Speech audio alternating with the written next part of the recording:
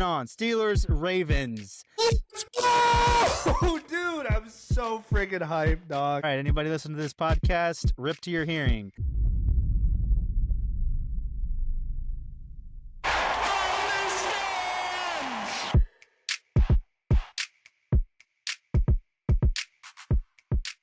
Welcome back, everybody, to another episode of the From the Stands podcast. We are back after an extended hiatus of almost 3 weeks here for episode number 90 of the pod here.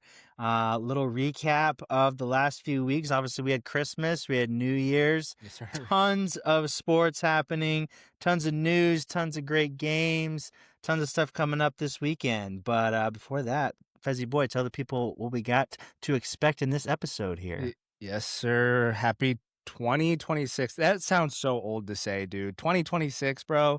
We're going to be 27 this year, Sam. That's nuts. I know. Nuts, dog. Getting over the hill. Anyways, like Sam said, we have a good episode for you guys. But before I dive into that, we would appreciate it if you guys would like and subscribe on the podcast. Trying to blow the podcast up this year. We said this last year as well, but this year is definitely going to be our year. NFL playoffs are set. Obviously, some big games this past week that we're going to recap with huge playoff implications. We're going to give you our playoff picks. Coaching carousel in full effect with big names in the mix. Big name dropping today as well, which we'll get into. Also hop over to some CFP, and the Final Four is set there. Going to give you our picks for that. And then we'll hop it over the pond with a huge game in the Prem with big-time implications. My Blues helping out your Gunners a little bit, Sammy. So we'll dive into that a little later. But with that being said, like Sam said, we had quite a bit of a hiatus. We did not intend to have that happen, but obviously life happens, things happen. But Sam, how was your little recap of Christmas? Yeah, I was just going to say Christmas and New Year's. My wife and I were out of town. We spent Christmas with both of our families, which was super nice. First half with her family, second half with mine. Obviously, it was fun seeing family, getting to see some extended family we don't normally see when we go up. But yeah, it was a good time. And any good stories or anything noteworthy? Good stories? Gotta have something. I mean, I saw you pounding the reels over the. Dude. I had one pop off. Dude. I don't know if I've said this on the podcast, but huge Stranger Things fan, dude. Final season happened while we were in PA, New York. Loved that. It's hammering the reels. Got one to get like 200,000 views, so that was pretty cool. So I can say I have a viral video. I can die a happy man now. But other than that, just same old basketball at school. A couple times hanging out with the little bro. I actually am starting a podcast with my dad as well about his Venezuelan days. Living in the jungle and stuff like that. So that's gonna be pretty happy cool. Independence Day, huh? Yes. Ayo. Not a political podcast, but anyways, by that reaction, you can probably tell who we voted for. But anyways, other than that, it was a good time with family. Good time bringing in the new year. But how about you, Sammy? What'd you guys do? Did you stay in town? Did you take a trip? What'd you guys do? Yeah, we stayed in town. We were going to go run down to Helen, Georgia, which is like a really nice Christmassy town. But I ended up not doing that just because we kind of enjoying time here at the house. Did have quite a bit of time off for the holiday, which was nice. Not quite as much as you guys, but it was nice to be at home and just chill, and like every day felt like a Saturday, which was really nice. Got some things done around the house. Sweet. Had a lot of fires, hung out with Bentley a lot. Dude. So yeah, nothing too eventful. Had a really nice Christmas. Nice New Year, but yeah, like I said, nothing super notable or anything, but we were coming off a pretty busy Thanksgiving, so yeah, just kept it nice and chill. It was nice to have like back-to-back holidays, like just at home. Yeah, so not having to travel was very nice, so can't complain too much. Yeah, I love seeing family, but dude, that 12-hour trip is and living out of a suitcase, dude. Sleeping on a pull-out couch, man, my back has been feeling it. I've slept on some pretty, like, this is a decent pull-out couch, but dude, like, it's nothing compared to like the bed that you sleep in all the time when you're at home. It's like, Yeah. especially getting as old as we are. Yeah, like, we're getting old now. I will say, like, speaking of your reels a little bit earlier, I saw the one with your brother. I saw he had a Dallas Cowboys pillow there. So, yeah, I Logan. love to see that. Love to see Yeah, that. So, yeah, little strength in Logan, numbers, my boy. Logan's down bad just as you are with everything going on with Is Dallas he actually a Cowboys. Cowboys fan? He's actually a Cowboys fan. Yeah, Let's yeah. go. Yeah, I I knew don't I give liked him that kid. that hard for that because you guys haven't been good in a little bit. But he Hey, likes to we're pick loyal to the soil. he likes to pick good teams like Ohio State and stuff like that. And I always rag on him. I was like, "Oh, did you decide that after they won the national championship last year?" And I always get on. He was like, "No, I've liked it before that." I was like, "Sure, bud, It's so sure." funny that Cowboys have like a bandwagony like Feel to him, yeah, reputation, but we yeah. haven't won in 30 years. Like, It's been what are you so long. bandwagoning on? Like, Yeah. just pain. That's all it is pain. Yeah, So, everybody dogs on you guys for being like America's team and stuff like that. And it's just like, yeah. okay, they're great marketers. Like, so what? Like, Yeah. but anyways, Anyways, glad your Christmas was good. Glad your New Year's was good. But with that being said, we're getting into the first episode of 2026 right after this. starting off the NFL segment. Yeah, this is going to be a long one just because we missed a lot of time. You were kind of weak Technically off. 2.5, 3 weeks here, going back to week 16, basically. I think that's where we left off. We're going to skip week 16 because not that much happened. Really focus on week 17 and 18, mainly 18. There were a couple games in week 17 that had some significance going into the playoffs and some good storylines and everything. Starting off with Buffalo and Philly. This one came in game of the week. Buffalo coming in pretty hot. Philly came in not as hot, but came out with the dub. Can't talk. Wow. 3 weeks, a little rusty First here. episode back, yeah. Bear with me. Eagles get the dub 13-12 against the Bills. Josh Allen having a good game, but not a good enough game. Jalen Hurts, big story in this one. No completed passes in the second half. Wow. Still were able to come out with the dub. What say you, Mr. Stallone? Well, you all know the sentiment that we have for Jalen Hurts on this podcast, like absolutely atrocious. But yeah, I mean, it was really the Bills' game to win, and Josh Allen just in the back of the end zone, that 2-point conversion at the end of the game. I guess that's the biggest thing we could like debate and talk about is like, do you go for 2 points, like, or do you just kick the field goal, tie the game, I mean, Jalen Hurts hadn't completed a pass in the whole entire second half. Like, you got to be feeling good about your chances, right? Going into OT. Yeah, I mean, Eagles literally couldn't move the ball in the entirety of the second half. That stat about a pass not being completed just kind of sums up their struggles on offense, especially in the second half. Usually I wouldn't hate the call to go for 2, especially in a regular season game. That's fine. The stakes aren't that high, but for a Bills team that was at the time still chasing a division there with the Patriots and everything, I would have liked to see them just kick the extra point, go into overtime, probably shut them down again, even if they didn't win the coin toss, and then going down and kicking a field goal or something of the sort. They weren't doing great on offense. Josh Allen was not having, a typical Josh Allen game. He played, like I said, decently well, but he had some pretty bad misses, and none of them were bigger or worse than that 2-point. I mean, he couldn't have gotten his guy even more wide open on that, and he knows that. So, yeah, I don't love that call, especially in that situation, based on how that game was going. Yeah, sir. Like, I mean, it's one of those times that you trust Josh Allen more than you don't trust him. And, like, that was just a time that obviously McDermott was like, hey, I got arguably the best quarterback in the entire world on my team. We're going to go for 2. Ran the play, got a guy open, and just I guess you would say rare. Josh Allen doesn't miss too many throws now. Like, this is kind of reminiscent of his first couple years in the league. Like, his accuracy issues were, like, very, very evident. And once he cleaned that up, he's became the quarterback that he is now. So, but that was, I mean, if you gave him that throw 10 times, if you gave him that throw 10 times, he's probably making it 8 or 9 times out of 10. So, absolutely. Yeah. So, yeah, the Eagles though, like, again, one of those games they're just like scratching and clawing. Like, their defense is, playing well and keeping the Bills to 12, but Yeah. with an offense with as many stars, and we've talked about it so many times on the pod already. Is with so many stars as the Eagles have, like on paper they should be running the league right now with how many stars and number one guys they have, but their offense is just so bad. And like I've said before, Jalen Hurts is the most carried quarterback in the NFL, Hmm. and games like this really don't help his case much going the other way. So Eagles come Yeah. out with the dub though. Somehow, Yeah. some way. And then Some I'll way. say this too about Sirianni. Did you see his little tunnel clownery? No, I didn't. You didn't, bro. What'd he do? He's What'd he just do? coming up typical Nick Sirianni fashion. He's like, "You're not talking anymore," or something like Oh that. my And word. even some Eagles fans were like making fun of him because, like, one, should have lost the game. Two, Yeah. their offense is atrocious. Like, he shouldn't be talking all that smack when there are obvious issues on the Right, offensive side right. of the ball. Like, people are calling for the OC to be fired, all that. And then, like, the cherry on top of everything, like, AJ Brown's like right beside him.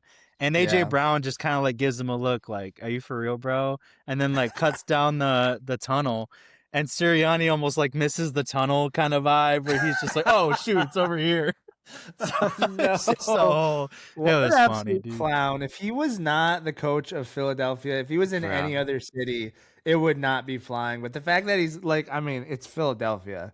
Their fans are known to be just like some of the craziest people in the world. So, yeah. He's just uh, he talks so hard, bro. I'm just like, you he you're talks a not that big game good, and then bro. like their But team does that. Like, yeah.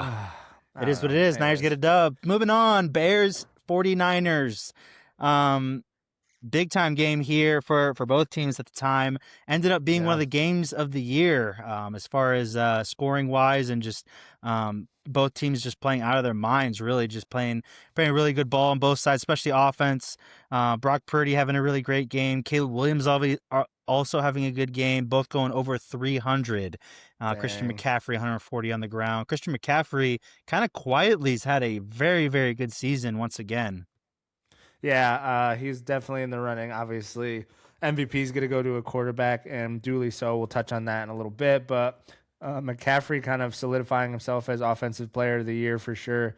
Um, and we've said this every year. Like, as long as he is healthy, he is for sure a top 10 player in the league still, even though he's getting up there in age for a running back, yada, yada. But, like, just if he can stay healthy, he is a big reason why the 49ers have flown under the radar as I mean they will touch in the game in a little bit, but they were right there, one game away from the number one seed in the NFC. Like, Yeah. I mean, Purdy's been hurt, Kittle's been out, obviously Brandon Ayuk's been hurt all year. They got rid of Debo, so like kind of depleted, but just found a way. Shanahan, definitely one of the candidates for coach of the year, in my opinion, at least. But Yeah, yeah, he's the up there. 49ers getting it done against a really, really good Bears team that had been hot recently.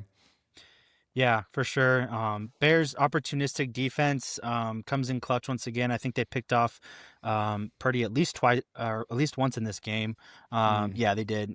Pretty early on in the game. So Bears, Bears have this kind of the reputation of not being a great defense, but they get turnovers. So it's just like, I mean, are you a good defense if you create turnovers? So, right. but I think it's more like they give up a lot of points, which they do, and a lot of yards on the ground and things like that, which is true. But if you're gonna have a bad defense with a good offense, you might as well be good at taking the ball away, which they are. So whether or not Yeah. that can hold up in the playoffs remains to be seen. But they've obviously had a really good year this year overall.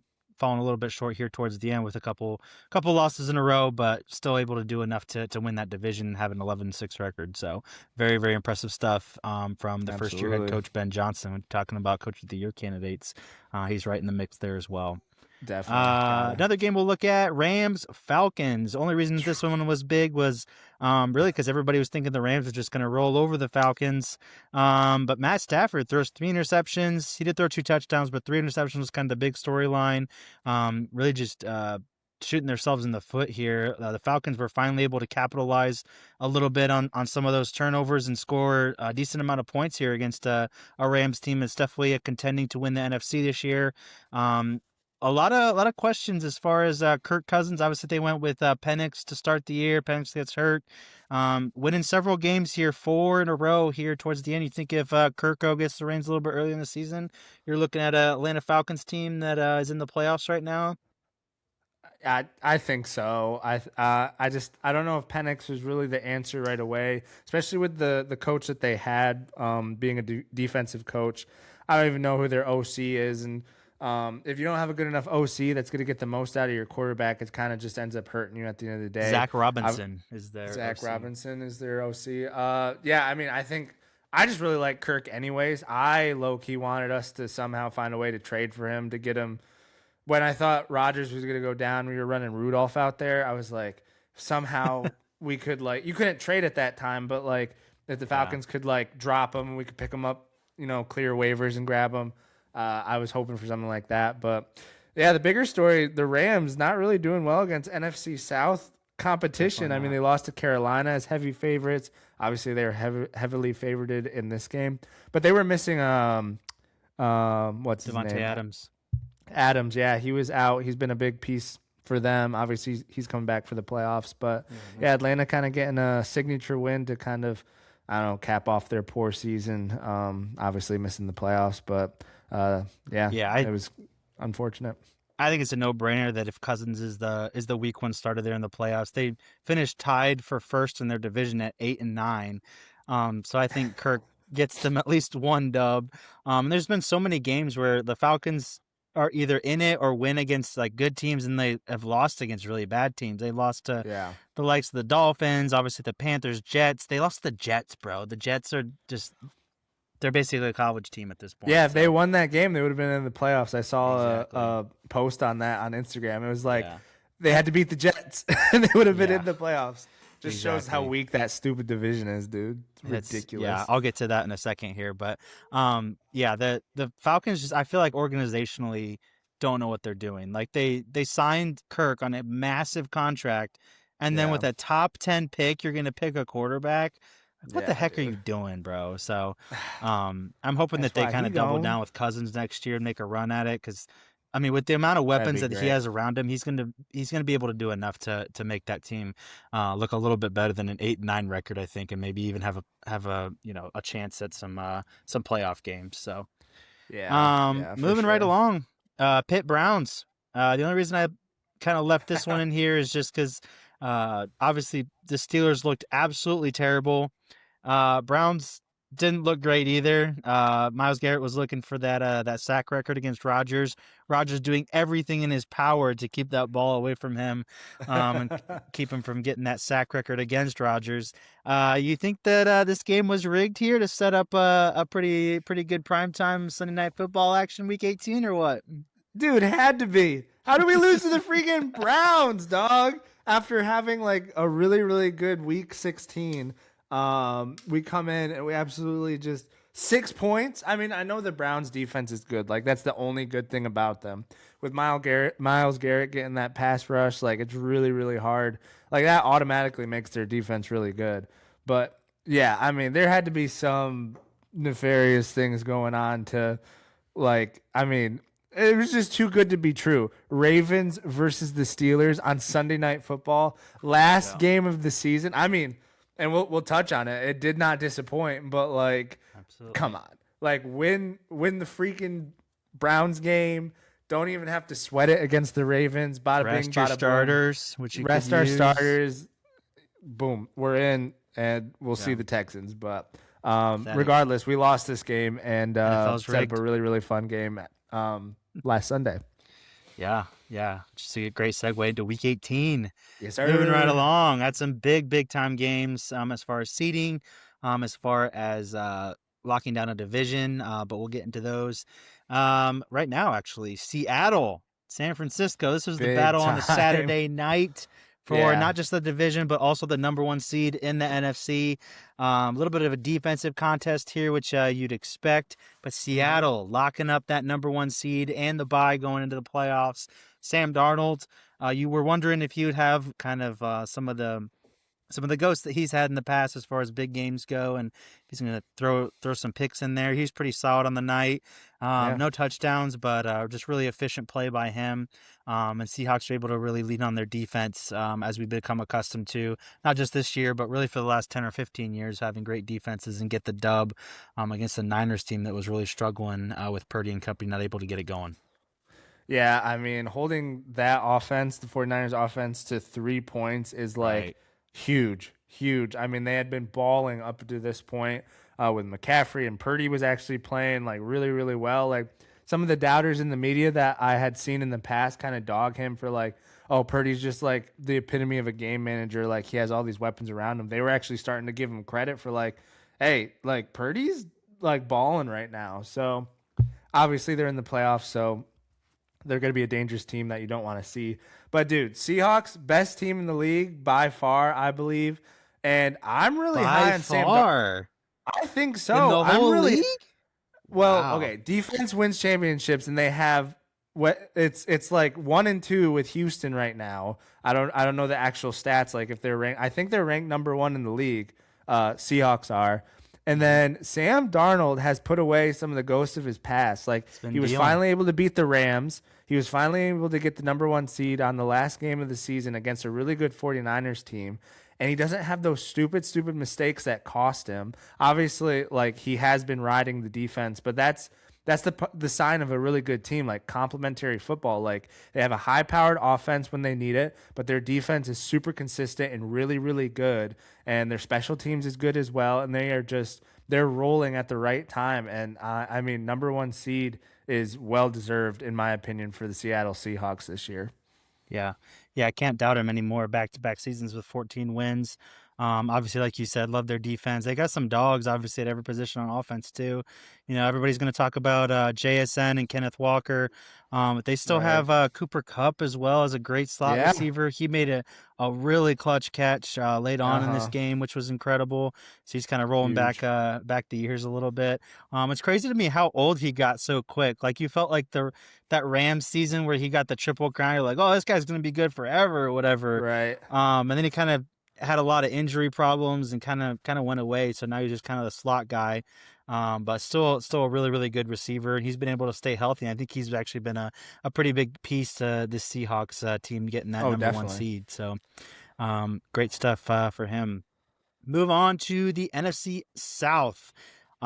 This one turned out to be extremely chaotic just because of the way that this one shook out. Crazy. With Atlanta making up ground late on in the year, beating several of the teams in their division, obviously beating the Bucs, and then the Bucs losing to the Panthers to create just a chaotic Week 18 situation here.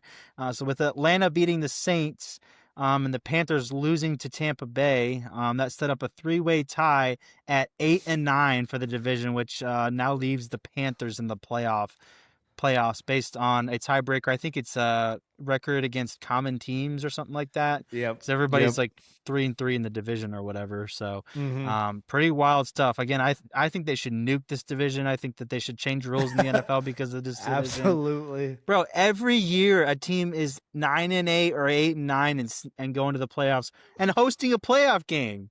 Yeah. What the heck is that? Yeah, the fact that we're gonna have a freaking playoff game in Charlotte, North Carolina this weekend is absolutely bonkers. But let's talk about the disappointment Tampa Bay was. Like at the beginning of the season, I mean, like early season awards, we were giving Baker Mayfield the MVP.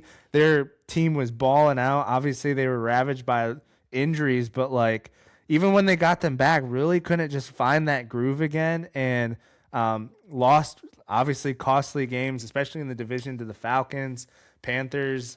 I mean, good for the Panthers making the playoffs. Like they definitely are much improved, but if they were in any other division, they would be at the bottom of it, like to be completely honest. But much improved. They're in the playoffs. Good for them, but I would have loved to see some Bake May in the playoffs balling out like he did last season. Yeah, I love Bake May, but honestly at this point, it serves you right. Like stop messing around and like thinking that you can just squeak into the playoffs with a division at 9-8. Like go win some actual games, go own your division, and win more than 10 games, and then we can talk about, oh, we feel bad for Bake May. Go freaking win some games. I mean, his Anyways, offensive line couldn't protect a that's freaking. true. He's getting beat Oh up. my gosh, And not it good is a at little unfair the all. last couple of years. Like, I feel like Mike Evans can't stay healthy. Godwin's up and down. Yeah, He had a big injury last year. Was in and yeah. out of the lineup Bucky this year. Irvin was So out for most of the season. yeah, Even though their backup Rashad running back White was couldn't. in and out of the lineup. Yeah, yeah, So yeah. Their it's tough. defense was all right. It wasn't like world stopping. That was the biggest I, thing. Like, I do want to park on the playoff format though for just a second. I think it's yeah, completely stupid that like the Panthers are going to be hosting a playoff game at 8 and 9. Like I'm yeah, fine with like keeping the division winners as an automatic bid into the playoffs, but we got to get rid of this seeding. Like we just need to go NBA style, best record 1 through 7 and call it a yeah, day. There in no world should an 8 and 9 Panthers team be getting a home game over a Rams team, a Niners team who both have 12 wins, and then a Packers team that are sitting at 9 and 7. Like, what are we yeah. doing here? Like, that's completely stupid in my opinion. Like, cool, you won your Absolutely. division, which isn't even that impressive because their division is so pitiful that 8 and 9 gets it done there every year. So we got to Yeah. revisit that. I don't know what you have to say, but come on, I bro. mean, it definitely looks like it could use some fixing for sure.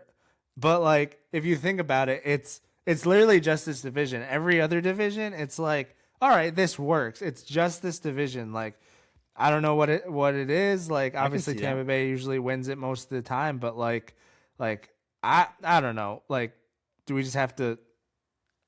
There's I no other mean, way we to can fix it look other at than y'all's what you just division said. this year. Y'all are hosting a playoff game with 10 wins.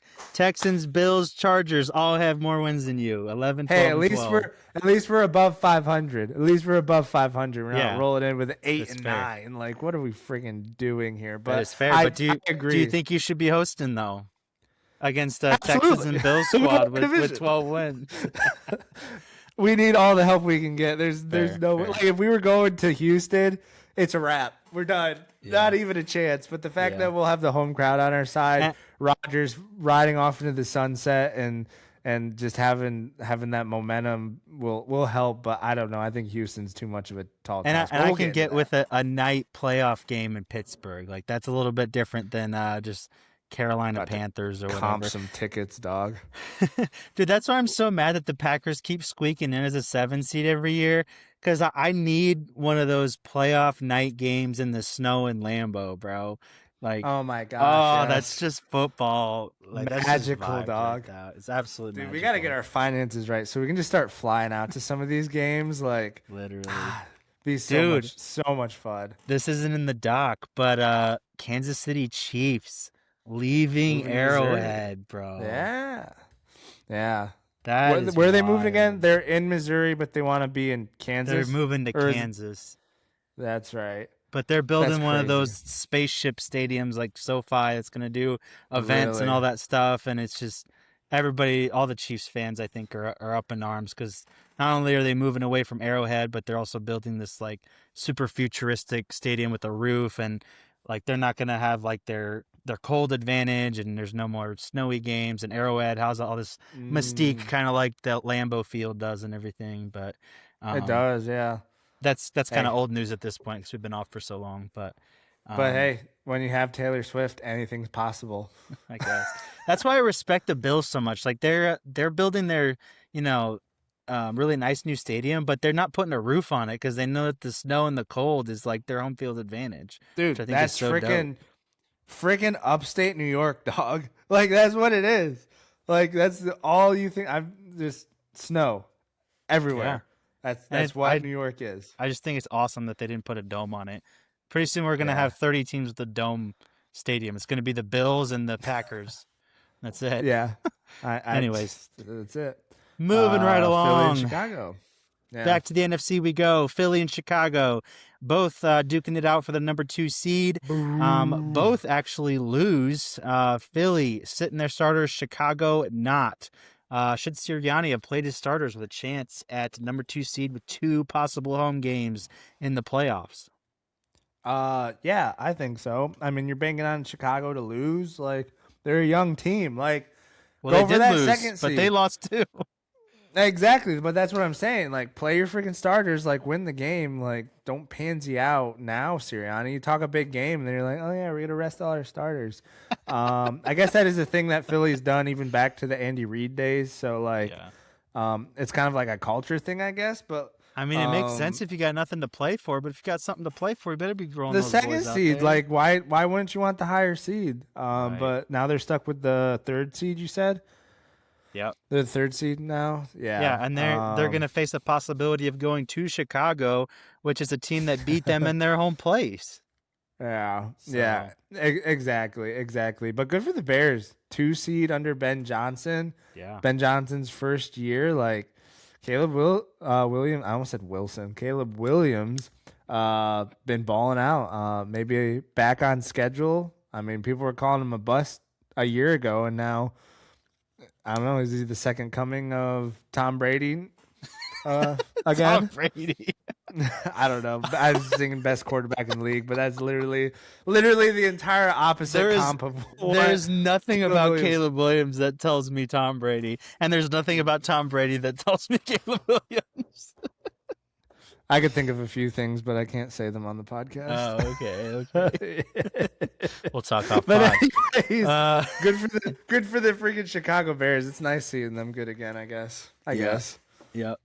Denver locks up the number 1 seed in the NFC with a win against the Chargers. Pretty typical Denver win here. A bunch of field goals, a lot of defense. Moving on. Steelers, Ravens. Rodgers. Oh, dude, I'm so freaking hyped, dog. So freaking hyped. Sorry. I had to get that out, dude. Had to get that out. All right. Continue. Anybody listen to this podcast, rip to your hearing. Sorry. Steelers, I guess I'll just let you just talk about this game, kind of recap it, maybe, hone in a little bit on the second half and especially those last couple minutes. I mean, talk about stressful. We could show a whole group chat chain of like me just freaking out in the group chat because just send us a bunch of memes.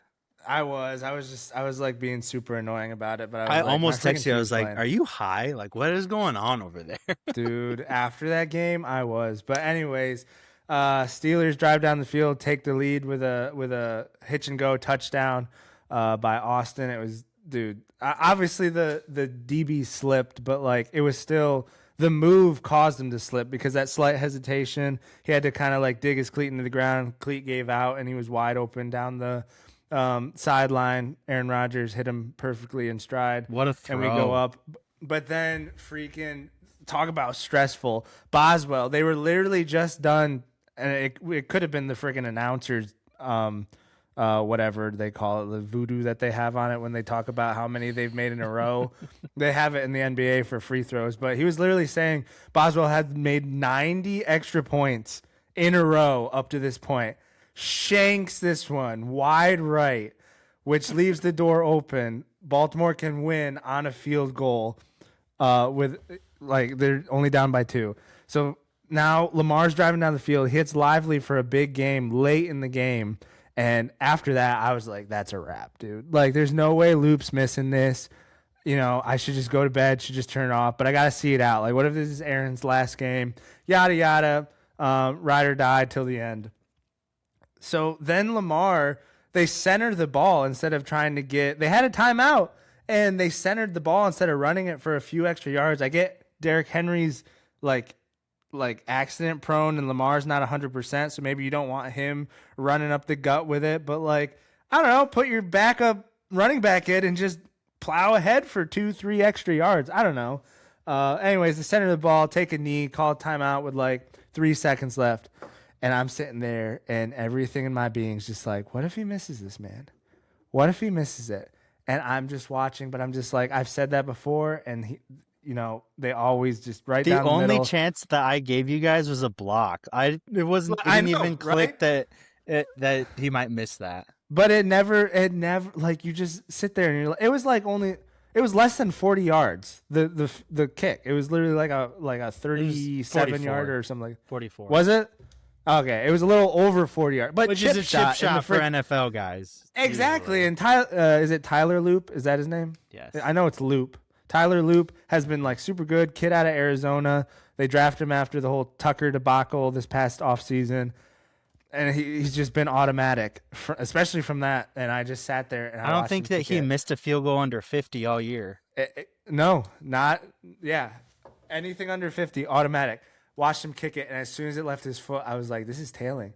This is tailing," and it went wide right, and I lost my absolute mind, dog. I was like, "Holy crap! We just."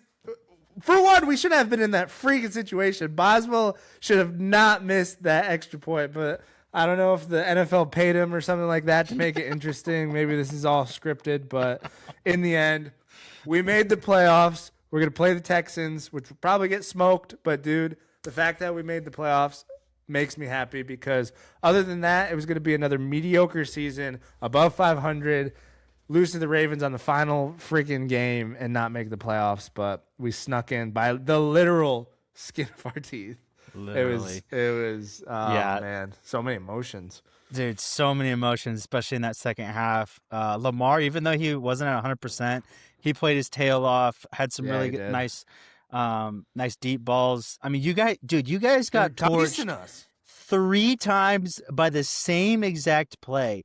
Twice by Zay Flowers. That big play to Likely was the same exact thing when they all bunch up to the right, and then they just have that little fade route to the left, wide open every time. Like, can we just leave a safety back there over the top or something? Like, goodness gracious. The first one, freaking Big Money Ramsey's just like sat on the route and didn't even move his feet. Bro, he looked wide so open, slow. Touchdown. I know, dude. But anybody looks slow against Zay Flowers, let's be honest. The facts. I mean, they got speedsters all around, but like, dog, but then the second one was even worse. He was even more wide open. I was like, even more wide open. You guys are just gonna give him that. And then I remember telling you after the second touchdown, I was like, you guys probably wanted that. Like, that's fine or whatever. Right. And then he, sure enough, came down, scored again, missed extra point, and then the Likely one, I was like, once the Likely caught the ball, like you said, I thought it was game over. I was like, all right, absolutely, basically gonna just turn this off at this point. Obviously, I never was going to, but just absolute cinema. It was, and it was great. The just absolutely crazy scenes after he missed that. Feel really bad for him personally, especially because he's been literally automatic all year, like hasn't missed a kick, and then he misses the biggest one of the entire season.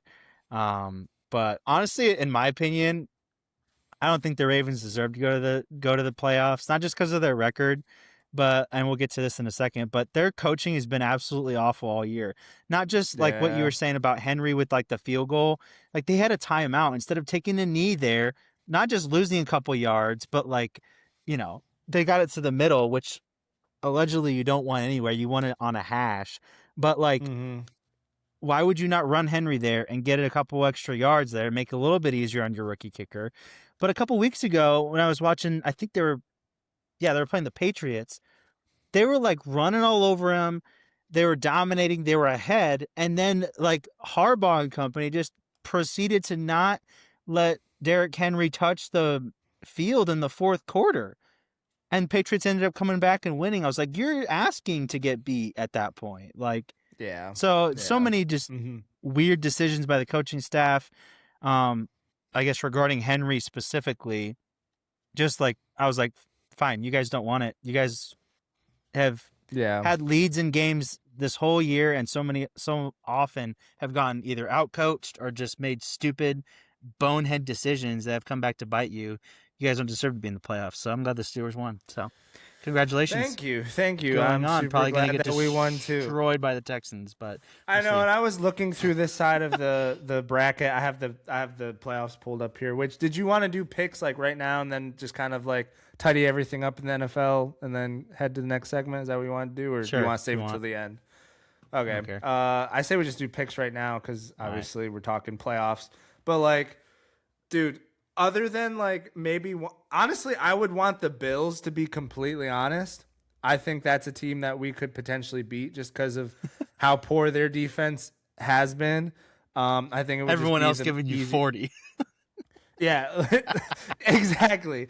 Like literally, I would go Bills, but my point I'm trying to make is like, honestly, the Texans are the next ones after the Bills that I would pick. So like, I mean, we're getting what we probably would want because, like, Patriots dusting us, Jags dusting us, Chargers dusting us, and obviously Broncos dusting us.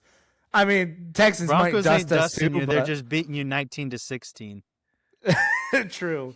But it's gonna feel like a dusting because we're not gonna be able to do nothing with the ball. But Yeah. it might be that way with the Texans too. But honestly, I mean, again, back to the divisional, like the whole mess with the divisions and stuff like that. Home game, we got the Texans coming to Pittsburgh, so maybe there's a little magic left. If we could get a playoff game for the first time in literally like, is it like 9 years or something like that? Something Yeah, stupid. it's like 2016 or something. Something crazy. All right, so Like are we Big doing Ben picks era. now? Yeah, let's do picks. All What do right. you want to start with? Uh, NFC, AFC. we're on AFC right now, so let's go ahead and start with AFC. Let's just go ahead and start with your Steelers. Steelers Start Texans. with Who the you got? Steelers. All right, I want to pick with my heart, but obviously this is kind of a competition between me and Sam. I gotta go Texans because like I just really don't think that we have the firepower not only on the offensive end, but our defense has looked trash all season. So Texans aren't good in the red zone, but against our defense, I think they put up points and they hold us to probably under, I would say 14. Wow. But yeah, Texans. I'm gonna pick the Texans as well. Defense is way too Got it. stout. I think you guys run out of gas. I do think DK Metcalf makes a little bit of an imprint coming back. True. Which, like, if you guys lost that game, like, how bad would he have felt? Ship him out. Even though he's kind of an Ship him idiot. out now. But, yeah. Oh my gosh. I do have the Anyways. Texans in this one. I don't think you guys have enough. I think your No. defense, if your defense looks like it did in the third quarter, y'all might have a shot. But I got Maybe. Texans. If we, yeah. If we could get more out of that defense, we'd actually be a decent team. Anyways, Jags Bills. Jags Bills. Oh, I want to go with the Bills, but I think the Jaguars. Dude, freaking Trevor Lawrence has 19 touchdowns in the last 6 games. That's insane, dude. He had I think 3 weeks in a row, he literally threw 3+ touchdowns.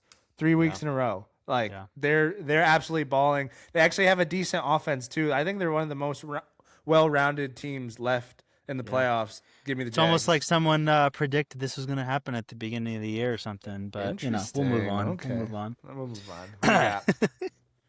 Yeah. I am going to take the Bills. I don't think I think this is by far the weakest team that Josh has ever had in the playoffs, and I don't think that they're going to get to the Super Bowl as much as I would love them to, based on the field that they have in the AFC, especially without Mahomes and Burrow and Lamar. But I don't think they're going to go to the Super Bowl. But I do think that they win one game somehow. So I'll take the Bills in this one. Alrighty. Patriots. Not based off and anything that I think is just going to be insane. I just think Josh Allen is built for the playoffs. He's never had bad games in the playoffs. It's I true. think they'll scrape that one out. Kind of picking with my heart there a little bit though. Yeah, a little bit. I really wanted to pick them. I just think the Jags are too well rounded. I mean, if the Bills get a solid defensive effort, Bills could win it. Obviously, they have the best quarterback left in the playoffs. But all right, Patriots, Chargers. I'm going to go Patriots just for the simple fact I think the Chargers are coming in banged up. They were a wagon at the beginning of the season. Their run game really hasn't taken off as much as I thought people wanted it to, with injuries and different things like that. I think the Patriots are a more well-rounded team. I think they have the slight coaching edge because I'm going to go with their OC as well. With Vrabel and McDaniels. Daniels. Yeah, that's right. McDaniels. I just think McDaniels. Yeah, I think they just have enough. And I mean, Drake Mays obviously is in the MVP conversation for a reason. So give me the Patriots. Yeah. This isn't really that interesting if we keep picking the same teams. I'll go Patriots as well. I think probably both of these teams are probably okay with playing the other, just based on how the seeding ended up. I think the Chargers are fine with playing the Patriots. Same the other way with the Patriots. I do think the Chargers are going to give them a hefty test. I think it was smart of them to start to rest all their starters in Week 18. They're going to come in off more rest than the Patriots just because the Patriots played all their starters. I do think that the Chargers defense is a little bit better than people give them credit for. I do think the Patriots, this is basically the best team that they played in I don't even know how long. But Long I do time, yeah. have the Patriots squeaking it out just a little bit, just because I believe in Drake May, and his ability to get that team going. Let's go Got over you, to the got NFC you. now. Yes, Panthers, sir. Rams. Who we got? I mean, this is probably the easiest one out of all the first round. Give me the Rams against the Panthers. Obviously, the Panthers beat them earlier in the season at home. Again, another home game for the Panthers, but Rams are just the better team. They're going to have Adams. I think they were missing Adams in this game as well. Yeah. So, or the game that they played earlier. So they'll be at full strength. And I think the rightful MVP will get her done. Yeah, I mean this is a pretty easy one. Rams all day long. I don't think there's a team that's coming into the playoffs with less momentum than the Panthers do. Yeah. Give me the Rams. I think they're one of the best, if not the best, team in their conference. Getting Devontae Adams back, they've really rested him as a precaution the last 3 or 4 weeks of the Yeah. season here. He's been ready, but Yeah, exactly. And I think he's going to come out with a vengeance. I think the Rams are just way too talented, with, like you said, the rightful MVP on their roster. Eagles yeah, I Niners. mean, Oh, sorry. Go ahead. Eagles. No, you're good. I was just gonna say the Rams are gonna remember that game earlier in the season. They're gonna be Yeah. like, "That's not happening twice. There's no way that happens twice. If it does, wild, but don't think it will happen." Eagles 49ers, like you said, this one's where it comes up to a toss up. Just I think the Eagles have more talent on their roster, but they don't use it, and then the 49ers use every ounce of their talent to the fullest of their ability. So I'm going to go. I think the 49ers find a way to get it done. I just don't. were you were you going to go 49ers too?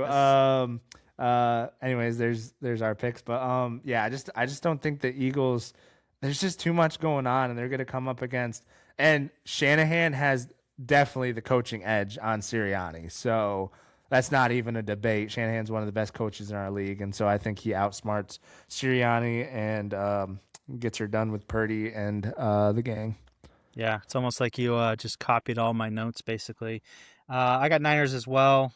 Coaching definitely leans on the 49ers side. I completely agree with what you were saying as far as the Eagles not being, they might be maybe the slight edge to the Eagles as far as, on paper, but Yeah. at least offensively. But, you they don't know how to use their weapons on offense. They're scraping through games. They're barely putting up points.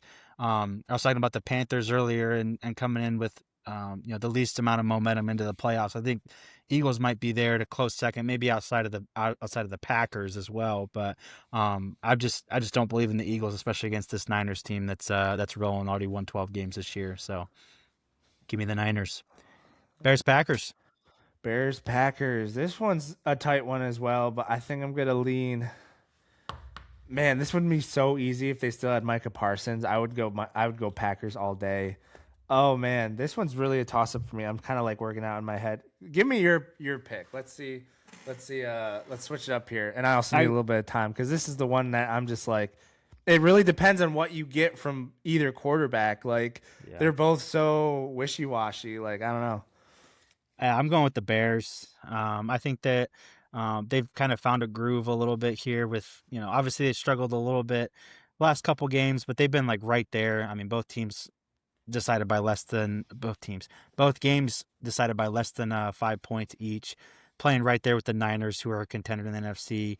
And with the Packers coming in, I think the Packers are just too banged up. I don't think Jordan Love has been at his best for several weeks. Obviously, he's been sitting for a couple weeks. They got Malik Willis playing, obviously banged up on the defensive side more than anybody else in the NFL. Like Yeah, I said, they're just kind of limping into the playoffs. So give me the Bears. interesting. 4 game I'm gonna. losing streak by the Packers coming in, by the I way. know they haven't won in a month. It's been kind of crazy.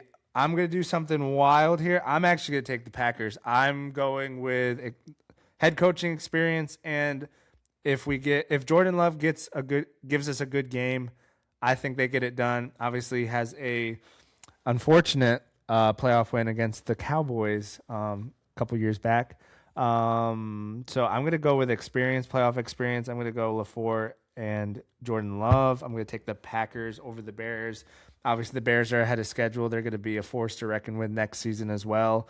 But yeah, we'll split on that one. And so those are our picks for the first The first wild card round of the NFL playoffs. It's good. Like a lot of people have been giving the NFL like some flack for like not having this out and out like the Chiefs in the past years who are just rolling everybody. And obviously in the AFC, it's like, yeah, Chiefs versus somebody out of the NFC every year. But like this year, it's really wide open. Like, to be completely honest, like once we get past this first round, it's anybody's game from there. Yeah. Like there are a lot of good teams this year. Dude, AFC is so weird to me because it's all the teams that like either haven't been in a while or just have had no business being in years past.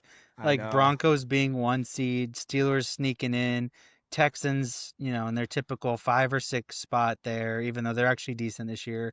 Jags out of nowhere, Patriots first Yeah. time in a long time. Like, if dude, Josh Allen's got to be sick. Like, of course, the Yeah. 1 year that you don't have a gauntlet, you have the Yeah. worst team that you've had since you've gotten, Buffalo to the playoffs. Like, that's got to be Yeah. tough. But Yeah. Yeah. what's your That's ideal hard. Super Bowl? Like, Ideal not Super one that Bowl you predict, but that you want. that I want? Oh, I would. My Steelers bias aside, because that would not be a good Super Bowl. I would love to see like a Bills versus. Honestly, I would love to see like a Bills Eagles and just watch the Bills wallop the Eagles. That would be awesome. Um, I yeah, would love to I see low a key would like Bills, that. either Bills Rams or Bills Bears. Ooh, I would I love don't Bills see. I Bears didn't for pick the Rams. vibes. Yeah, I would pick the Bills just because they haven't won a Super Bowl and Josh Allen hasn't. But like, if it was Bills Rams, like I would be such a neutral because I love me some Matty Stafford and like Puka Uh, Nakua and all them. But I'd like, probably root yeah, for I the don't know. That'd Bills be a hard one. because Matty Stafford already has one, I mean, yeah, he and has one. But like, if Matthew Josh. Stafford gets one, dude, he's gonna put himself like if he gets a second one and an MVP, he's putting himself in Yeah, some like serious conversations for in the sure. league, which would be I would love. But like, yeah, like obviously Bills from the AFC, and then just give me somebody out of the NFC. I think the Seahawks would be a good story. It'd be kind of cool to see Darnold, like his whole entire arc of like being a cast off from the Jets, team hopping, and then finding a home in Mm. Minnesota, moving on to Seattle, and being right back in the same situation. Yeah, I You know, I think he has so some devils he's still got to get past. Like, he's done good definitely. in the regular season against some of these better teams now, which is great. Hmm. But can you do it in the playoffs? Are they going to be a one and done in the playoffs? Right. I don't necessarily think so based on how the seeding's kind of shaken out and everything. But I Yeah. mean, there's a world where they play the Rams in the first game Hmm. in the playoffs. If Yeah. if Eagles beat Niners, let's say Bears take care of the Packers and Rams beat the Panthers, they're playing the Rams in the next round, which Yeah. would be cinema. That would be insane. That would be absolutely insane. I would love like, and then my super fandom taking over, like just a magical run out of the Steelers. They catch lightning in a bottle with 42-year-old Aaron Rodgers. Like Ooh. we're the fourth seed because of all the stupid seeding and everything like that, which I'm calling it stupid now. But like, there's a world where like Chargers upset the Patriots, so they would play the Broncos. If we find a way against the Texans and the Mm. Bills beat the Jags, like I just said, we would want Mm. to play the Bills. And that would be a tough one for me because I mean, Rodgers has the Super Bowl, but Josh Allen doesn't. But I gotta go Steelers. Like we beat the Bills and we're right there, Dude, like in the AFC that Championship game. Like Steelers Bills game would be a toss up. it would be a toss up. Like that's what I'm saying. Like in a world where we beat the Texans and the Chargers find a way against the Patriots, Hmm. like it, Yeah, but that's but far fetched and that's my fandom. But like, if the would be kind of Patriots take nice. care of business, though, y'all are gonna have to beat Texans and then probably play the Broncos, Yeah, which, like, exactly. talk about doomsday defense back to back. Like, that would be one of, if Rodgers got through that, that would be one of the greatest runs of all It time. would. Gotta be, right?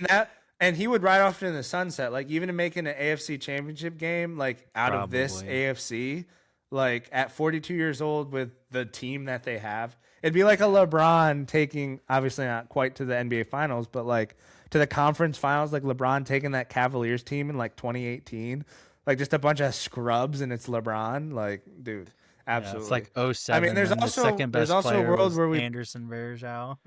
I mean, there's a world where the Patriots win, Bills win, and we play the Patriots, which we've beaten the Patriots early in the season, but we have beaten them. So I don't Well, know, you man. you couldn't play if the Bills won. The Bills. Oh, you guys are 4 seed. You're right.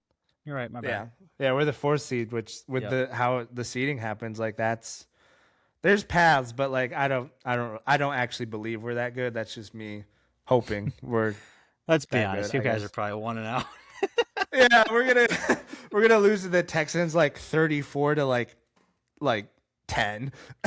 Yeah. And it's gonna be bad. But anyways, those are our picks for the playoffs. We're gonna kind of touch on some different records and awards conversations, then touch on the coaching carousel super quickly. I'm sure we'll Yeah. dive into that in the next few weeks and the off season with a lot of names moving. But anyways, Sammy boy, Miles Garrett sack record, Yeah. Miles Garrett broke the wild. sack record this past week. Needed 17 games to do it, which Michael Strahan was very gracious to point out. Saw that. Um, what do you got to say about Miles Garrett here? Getting 22 and a half, 23 sacks here to break that record. And do you think Joe Burrow kind of gave it to him by laying down there towards the end?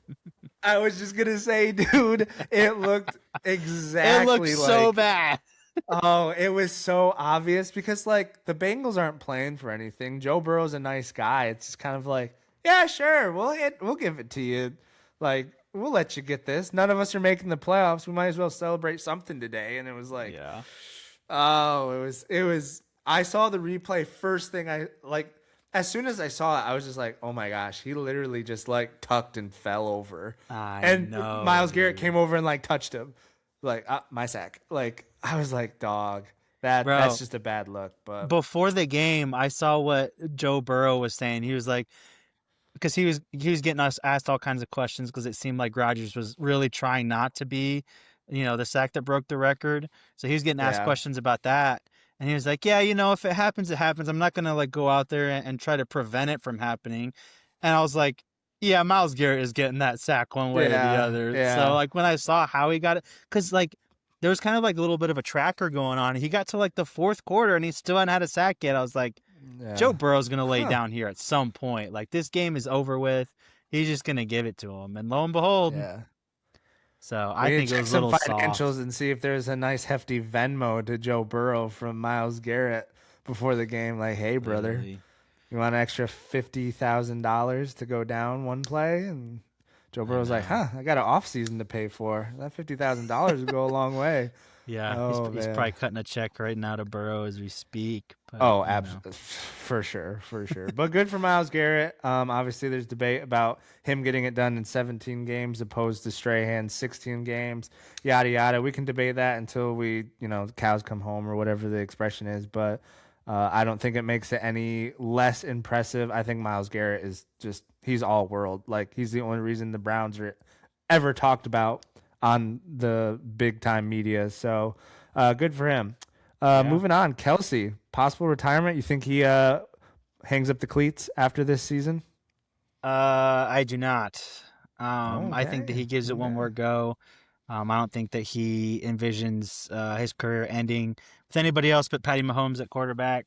I think that the way that the Chiefs season kind of sputtered out there towards the end is not how he wants to go out either.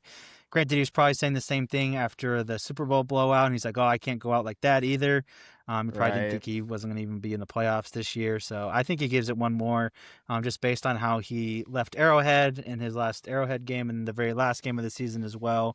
Um, I just the vibe I was getting was not of a guy that was going to hang it up. So it seemed like very much like he was going to come back for another year. So Interesting. Yeah, talk about cutting checks. I'm sure Goodell was like, "Hey, Kelsey, stay one more year. We haven't gotten enough Taylor Swift promotion yet. So come back, sit on the sideline, play for the Chiefs. Get your girlfriend fiance to at that point I'll be his fiance. wife. But yeah, I think I'm kind of in the same boat. I don't think the vibe I got from him was not. It's not like last season where he's like, "Oh, I got to think about it," like this that. Where it was really like, "Oh shoot, he really could walk away." How the season went, he's too much of a competitor. If he has any little bit left in the tank, he's coming back. But yeah, Kelsey will obviously we'll talk about that when it happens, whether he decides to hang it up or not. We'll park here like really quick because this has been a heated debate up to this point. It's really down to two candidates at this time. The MVP conversation between Matthew Stafford and Drake May. Obviously, we both really hinted at who we believe is the MVP. I just don't think it's really. I don't think it's really that much of a debate. Like I don't see how it's even close. The stats are better. The stats are better. The records and who they played are better. Obviously you can't look at the seat, but the NFC has been an absolute wagon. Like the Rams doing what they did in the NFC, opposed to the Patriots getting that number 2 seed against the competition they played this season. And yeah, sure, you have to play people that are on your schedule, but like when we're talking about awards, like that has to factor in, right? Like if you played better competition and you did better, like in the end, you're better in my mind anyways, but that's my opinion. What's yours? Yeah, I mean, I agree. I don't even know how this is really any kind of debate. It's just more of like a narrative driven thing by the media again, just to create clicks and create debate that obviously makes them more money. I think it's pretty clear cut to me. I mean, Stafford has 300 more passing yards. He has 15 more passing touchdowns, same amount of interceptions. And everybody wants to say, "Oh, you can't use Drake May's schedule against him. You can only play who's in front of you." I was like, "Yes, you can, bro. Like, especially when if you're nitpicking at a game here or there, like I can get on board with that.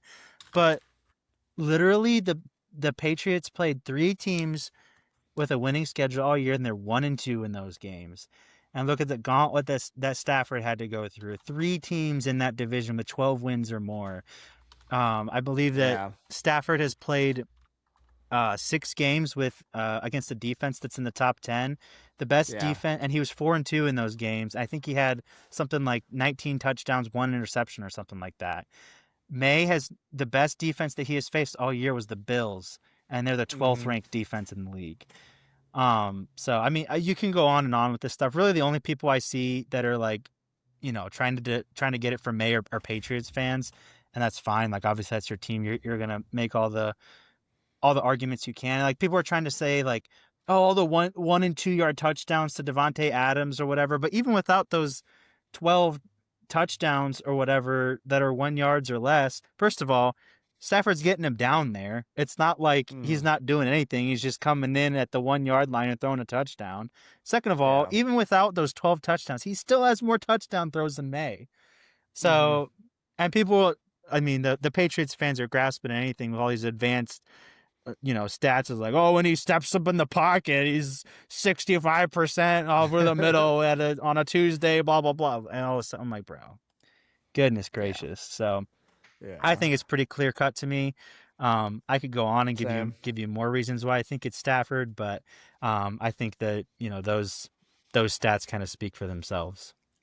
I mean, to me, yeah, like you said, there's multiple stats that we could pull out and just like the differences between them and just like why Stafford deserves it more. But I'm just going to hang my hat on the strength of schedule. Like I just looked it up. Yeah. Literally number 1 strength of schedule, Rams, literally dead last in the NFL, New England. Like, well, Matthew Stafford has better stats against better competition. Yeah, and the division that was the other thing. The freaking division that the Rams had to play in was literally probably the best division in the entire NFL. Like they had Seattle and San Francisco who were duking it out for the number 1 seed in the NFC this season. Like, yeah, exactly. And they were super close to being 3rd place in that division with 12 wins. And not just is the Patriots schedule soft, but it's the softest that we've seen in the NFL since 1998 out of all teams that have played a schedule. So, I mean, we're talking soft disarmament over there. Like they're playing the Jets twice a year. Like the Jets are barely even an NFL team. And you Yeah. got Stafford playing teams that are, and it's not just his division either. Like the other teams that he's had to play, were just, I mean, they were markedly better teams, and he still puts up way better stats than, and it's not all a stat thing either. Obviously, it's, there's a little bit more to it. And granted, May does have, he rushes a little bit more. I think he's got something like 400 something yards on the ground or something like that. Um, Right. but again, you're gonna be able to open it up a little bit, when you're playing just the schedule that they've played. And I think Drake May is going to be a great player for a long time, and I think he's probably going to have, um, several more cracks at the MVP. And I'll probably entertain it a lot more than I am right now. But he's going to be able to legitimize the MVP when and if he does win it. But I just think that it would be a little bit wacky to give it to him, just based on the comparisons and schedule, and especially what Stafford has done. I mean, he's the only other two quarterbacks that have thrown for more than 45 touchdowns, 4,500 yards, and had less than 10 interceptions were Tom Brady, and I think it was Kurt Warner or something like that, and they both won the MVP. Mm-hmm. So it's just, Yeah. I don't know. I mean, Stafford has had to play, and this is not even in his own division. Had to play the Eagles. He had to play the Ravens, who ended up not being, that great. Then they had to play the Lions in a shootout. So just several teams like that aren't even in division, that just make the strength of schedule. I think they're like second in the entire league as far as strength of schedule goes. So, Yeah. yeah, I don't know if you want to kind of close that out with anything, but yeah, I just don't even think that it's that much of It's a not a debate, to be discussion. honest. Yeah, absolutely. I think we're in agreement on that. Last thing I'll say is, like, if you look through the Patriots schedule, like, it's like a handful of teams that are above 500 that they beat. Like, it's kind of It's insane. one Like, you team look, that has a winning record, yeah, yeah. the Bills. There's multiple. There's multiple. Isn't there? There was No, not that they well, beat. they beat the, They played the Steelers. They lost to you guys. yeah, Played Bills twice, and they split with them. So that put them at one yeah. and two. One dang. I didn't even look at it that deeply. That's crazy. That's anyways, and for context, like Sam and I definitely aren't Patriots fans, but this has nothing to do with the teams that they play for. Like I if Drake May was on the Steelers, I would think Matthew Stafford freaking deserved it still, because I mean, just stat wise, like the numbers wise, and just everything wise, I just think Matthew Stafford deserves it. But yeah, Sam and I are in agreement. We agree a lot on this podcast. Probably why we haven't blown up yet. Everyone loves drama and contention, but with that being said, yeah, Matthew Stafford for MVP. Obviously, give it to him. Hope he gets it. That would be Last thing I'll awesome for say, him. Yeah. yeah, last thing I'll say about it too, is that all the Pats fans and the May, people, after his Week 17 shellacking of the Jets, where he threw for like five touchdowns in 3 quarters or whatever, everybody's like, Yeah. lock it up. And that was the same week that Stafford had those 3 interceptions against Mm-hmm. whoever they played. I forget right now. Everybody's like, lock it up, whatever. It's Mays, threw for all these yards, 5 touchdowns, yada yada. The next week, Bills sit all of their starters. We got Mitch Trubisky and company playing the Jets. Throws for 250 and 4 tuds. Yeah, So, literally. I mean, what are we doing here, folks? And the Jets are like unanimously the worst team in the NFL this season. Oh my gosh, Like exactly. they're right there with the Raiders, and I think everyone would say the And Jets are better than the Raiders. and like May, he didn't struggle in Week 18. He just didn't play that much because they were ahead by so much so early. But they were all mad that Stafford put up 4 tuds against the Cards team that was struggling, when Cards were actually in it in the 3rd quarter. But I was like, Yeah. if you're gonna use 5 tuds against the Jets as fuel for your MVP race, I think Stafford can use 4 tuds against the Cards as fuel in his own MVP race. So I'll leave it at that. Oh my word. Yeah, we'll leave it there. Obviously, we've really beat that dead horse. We believe it should be Stafford's MVP to win. Obviously, it's a regular season award, so hopefully all the voters do the right thing. If we had a vote, you all know where it's going. But Sound like a mafia boss. You better do the right thing. better do the right thing or else. But Moving on. Lastly, in the NFL, this has been a long portion. Obviously, like we said, it was going to be a long portion because we had to catch up on a lot of things. But there also have been a lot of things that have happened in the past, 4 days. So bear 48 with us. hours, really. Literally 48 hours. None other than the Ravens firing Coach Harbaugh after, is it 18 seasons with the organization? 18 seasons with the organization. Harbaugh is out. He will definitely have a job come. Literally should be like tomorrow he should have a job, but I'm sure it will take longer than that. But what were your first thoughts and impressions when you saw the news today, Sam? Yeah, not hugely surprising, just based on their, Really? their recent seasons. There was some rumors about him and Lamar not necessarily being on the same page and everything getting a little bit stale there. Obviously had great seasons these last couple years, but really just falling flat in the playoffs and in two games that they were really favored to win in against the Bills last year, and then going in the year before as the number one seed and losing to the Chiefs in a game that they probably should have won. And then following it up with this season as well, even though Lamar hasn't been, super healthy this year. Just again, I think a lot of it has to do with kind of the coaching decisions, the situational football, the Derrick Henry stuff. They just might have wanted something a little bit fresher, maybe a younger coach, maybe not necessarily that Harbaugh's old, but maybe just somebody with some new ideas, maybe someone that gets along with Lamar a little bit better, and especially with how many guys have been let go, there's definitely not a shortage of dudes out there. So maybe after they saw how many teams were letting guys go and some of the names that were out there, they're like, okay, this is a good pool to maybe throw our hat into. So, not super surprised, I guess. Lamar had a chance to defend Harbaugh after the game too. And obviously, He did. Heat of the moment stuff, and he decided not to, and he was just kind of like dodging the question. So, I don't know. There's not, as far as we know, nothing explosive going on, behind the scenes. But, maybe there's a little, power struggle there, maybe or something.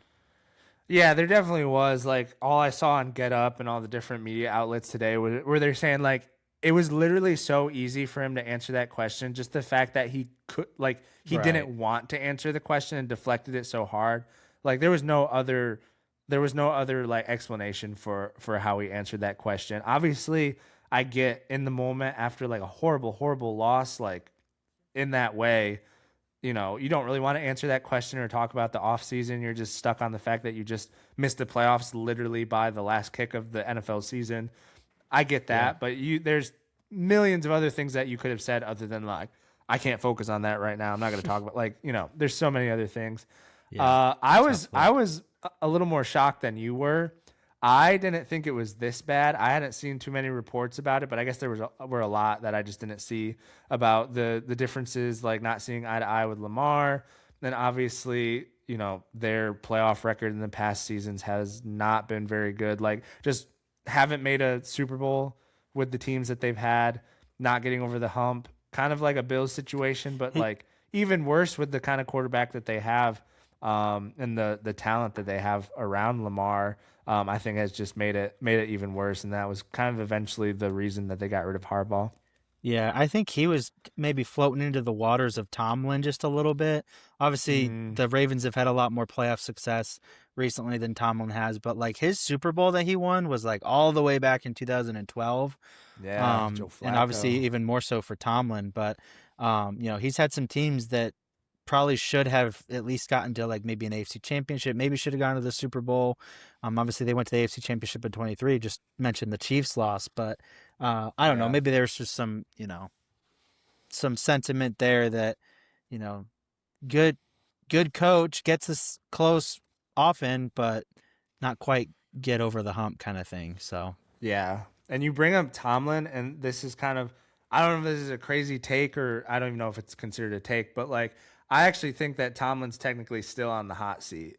Like, just the way they won that game. Like, I think he would have been out just like Harbaugh, and especially even with his 9-8 record, even with his 9-8 record, like kind of like what you just alluded to. Like, why I was so shocked was because of like you said, the playoff success that Harbaugh has had, like getting in the playoffs, winning playoff games. Obviously, they haven't gotten all the way to the Super Bowl, but like the Steelers haven't. We talked about it earlier. The Steelers haven't even won a playoff game in like 7, 8, 9 years, or I don't even know the actual number, but it's been a long, long freaking time. Yeah. And so I think if they don't win a playoff game, there's going to be some really, really big conversations happening in Pittsburgh with Tomlin. I think this just bought him time because obviously you're not going to sack your coach heading into the playoffs, you know, Mhm. like you're not going to do that. But I think, if they lose to the Texans, especially if they lose in a really, really bad fashion, I think they could end up parting ways with Tomlin still. So I think he saved his job for the time Wow. being, but I think there's still some questions if they don't win a playoff game and extend that streak to one more year. So Yeah. interesting times.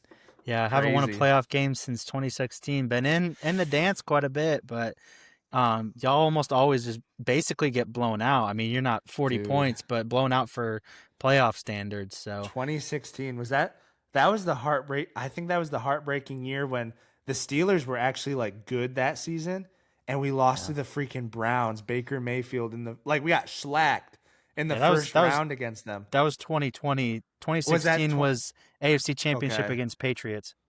That's right. But yeah, that was 20, what was it?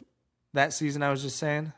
20 2020 was Browns was it? first That round. one sucked. We were good. That one 12 that and one 4. hurt. 12 We and were one of the 4. best teams in the league and we just got slacked by the Browns out of nowhere. Yeah. Oh, that sucked. Anyways, I digress. I think Tomlin's on the hot seat still. But yeah, Yeah. Yeah, you Harbaugh guys already haven't. getting some phone calls. Oh, sorry, go ahead. Yeah. I was just gonna say that hasn't won a Super Bowl since the 2008 season. Hasn't been to one since 2010 when they lost to the Packers. So Lost to pretty Aaron Rodgers and the Packers.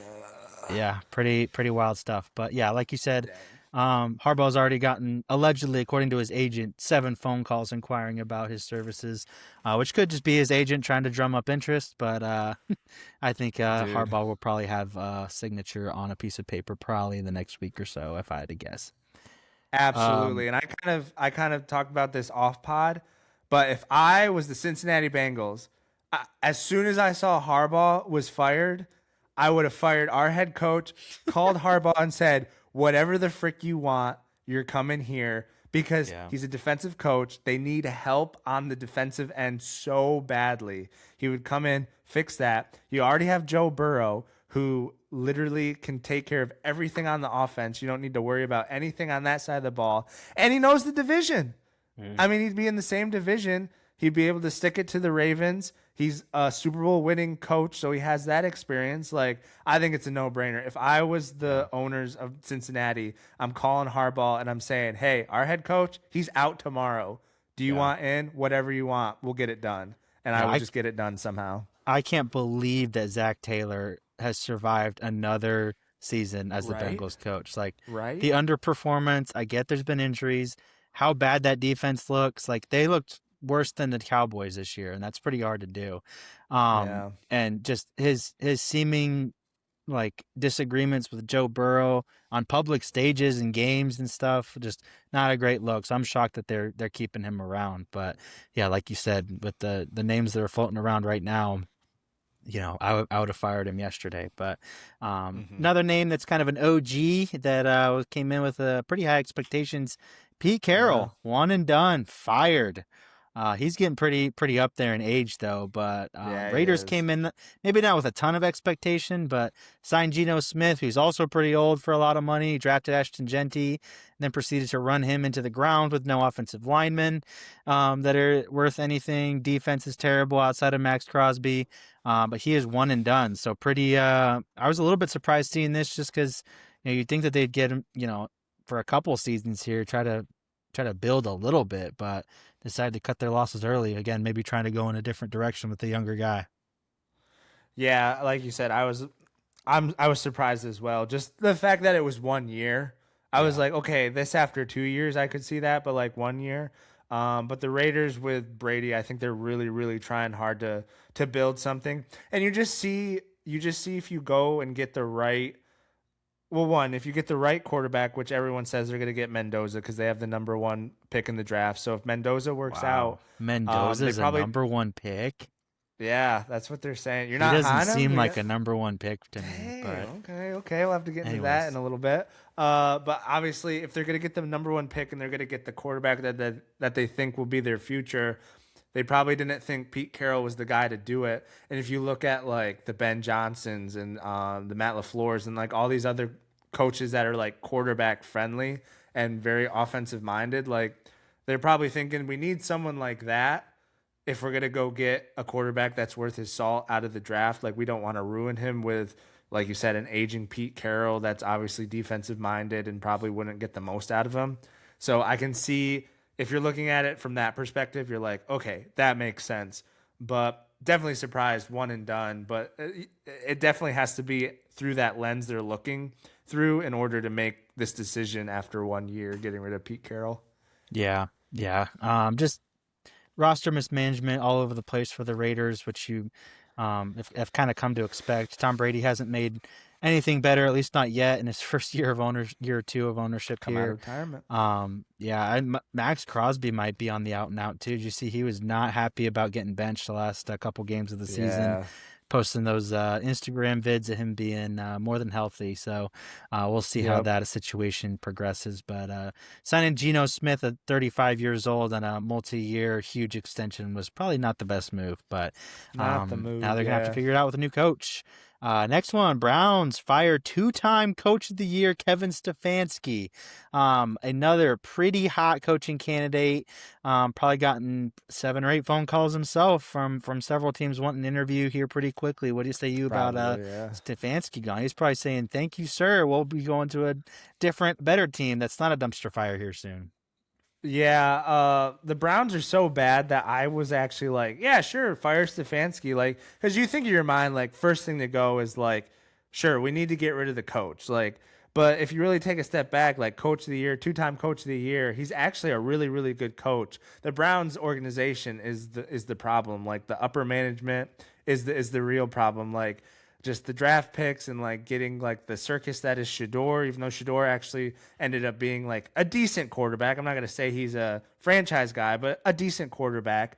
But like Stefanski's actually a really, really brilliant coach, offensive guy. So he's going to go to a place with a young quarterback. A lot of people are, I can't say linking, but I think the best fit people see is the Giants with like Jackson Dart and all the young stars that they have over there. Kind of getting the most out of Jackson Dart being an offensive guy would really, really help them out. And getting Malik Neighbors back and the different offensive weapons they have would be a good fit for Stefanski. But like you said, he's probably gotten a lot of calls already as well. Yeah, the Giants are going to be. I mean, any coach that's worth anything, they're going to get linked to the Giants. The Giants. I would love to be a Giants fan or Giants ownership right now because you really got your pick of the litter. Because any good coach is Yeah. going to want to go there with Dart, Scatterboo hopefully coming back for next year. The young stud Malik Neighbors. Granted, both those guys have had injuries, so you don't know what you're going to get necessarily. But just the potential there, I think, is huge. And it's also a lot of pressure on the ownership to make the right decision and getting the right coach to develop those guys and really make that team develop into a solid team. And again, they have a top 5 pick this year, so they'll be able to pick higher or trade down. So that's going to be a big time hire, and I'm curious to see who they'll pick. I'm hoping they pick a little bit of a younger guy. I don't want to see Harbaugh over there just because we know what Harbaugh is. Like that'll be fine. It'll get people in seats, I Yeah. guess, but I just would rather see them go in a different direction. Maybe someone a little bit younger that can maybe like a Sean McVay type and come in with his own ideas kind of thing. But Yeah. moving on, Definitely. Gannon fired from the Cards. Really nothing much to say there. Gannon sucks. Cards suck. Moving on. Falcons. Uh, Raheem Morris gets Suck as fired well. despite late season surge. Yeah, Falcons won for their last 4 games in a row. Pretty solid stuff. I'm actually really glad that they decided to still fire him, just because they looked Yeah. terrible all year. I didn't want to get them to get caught up in the smokescreen that was winning games when you're not even in playoff contention anymore. So it's good to see him. Right. Not good to see him fired, but just good to see that they're kind of stuck to their guns there and finding somebody else that can really make the offense go when there's stuff to play for, because they just had some terrible losses this year. Lost to the Yeah, Panthers by definitely. 3. Lost to the Dolphins. Got destroyed by the Dolphins. Lost to the Mhm. Panthers like 3rd game of the year, like 30-0. Yeah. Lost to the Bucks. I think they lost to the Vikings in there. I'm just terrible. Like as stacked as they are on offense, they should be just running through teams.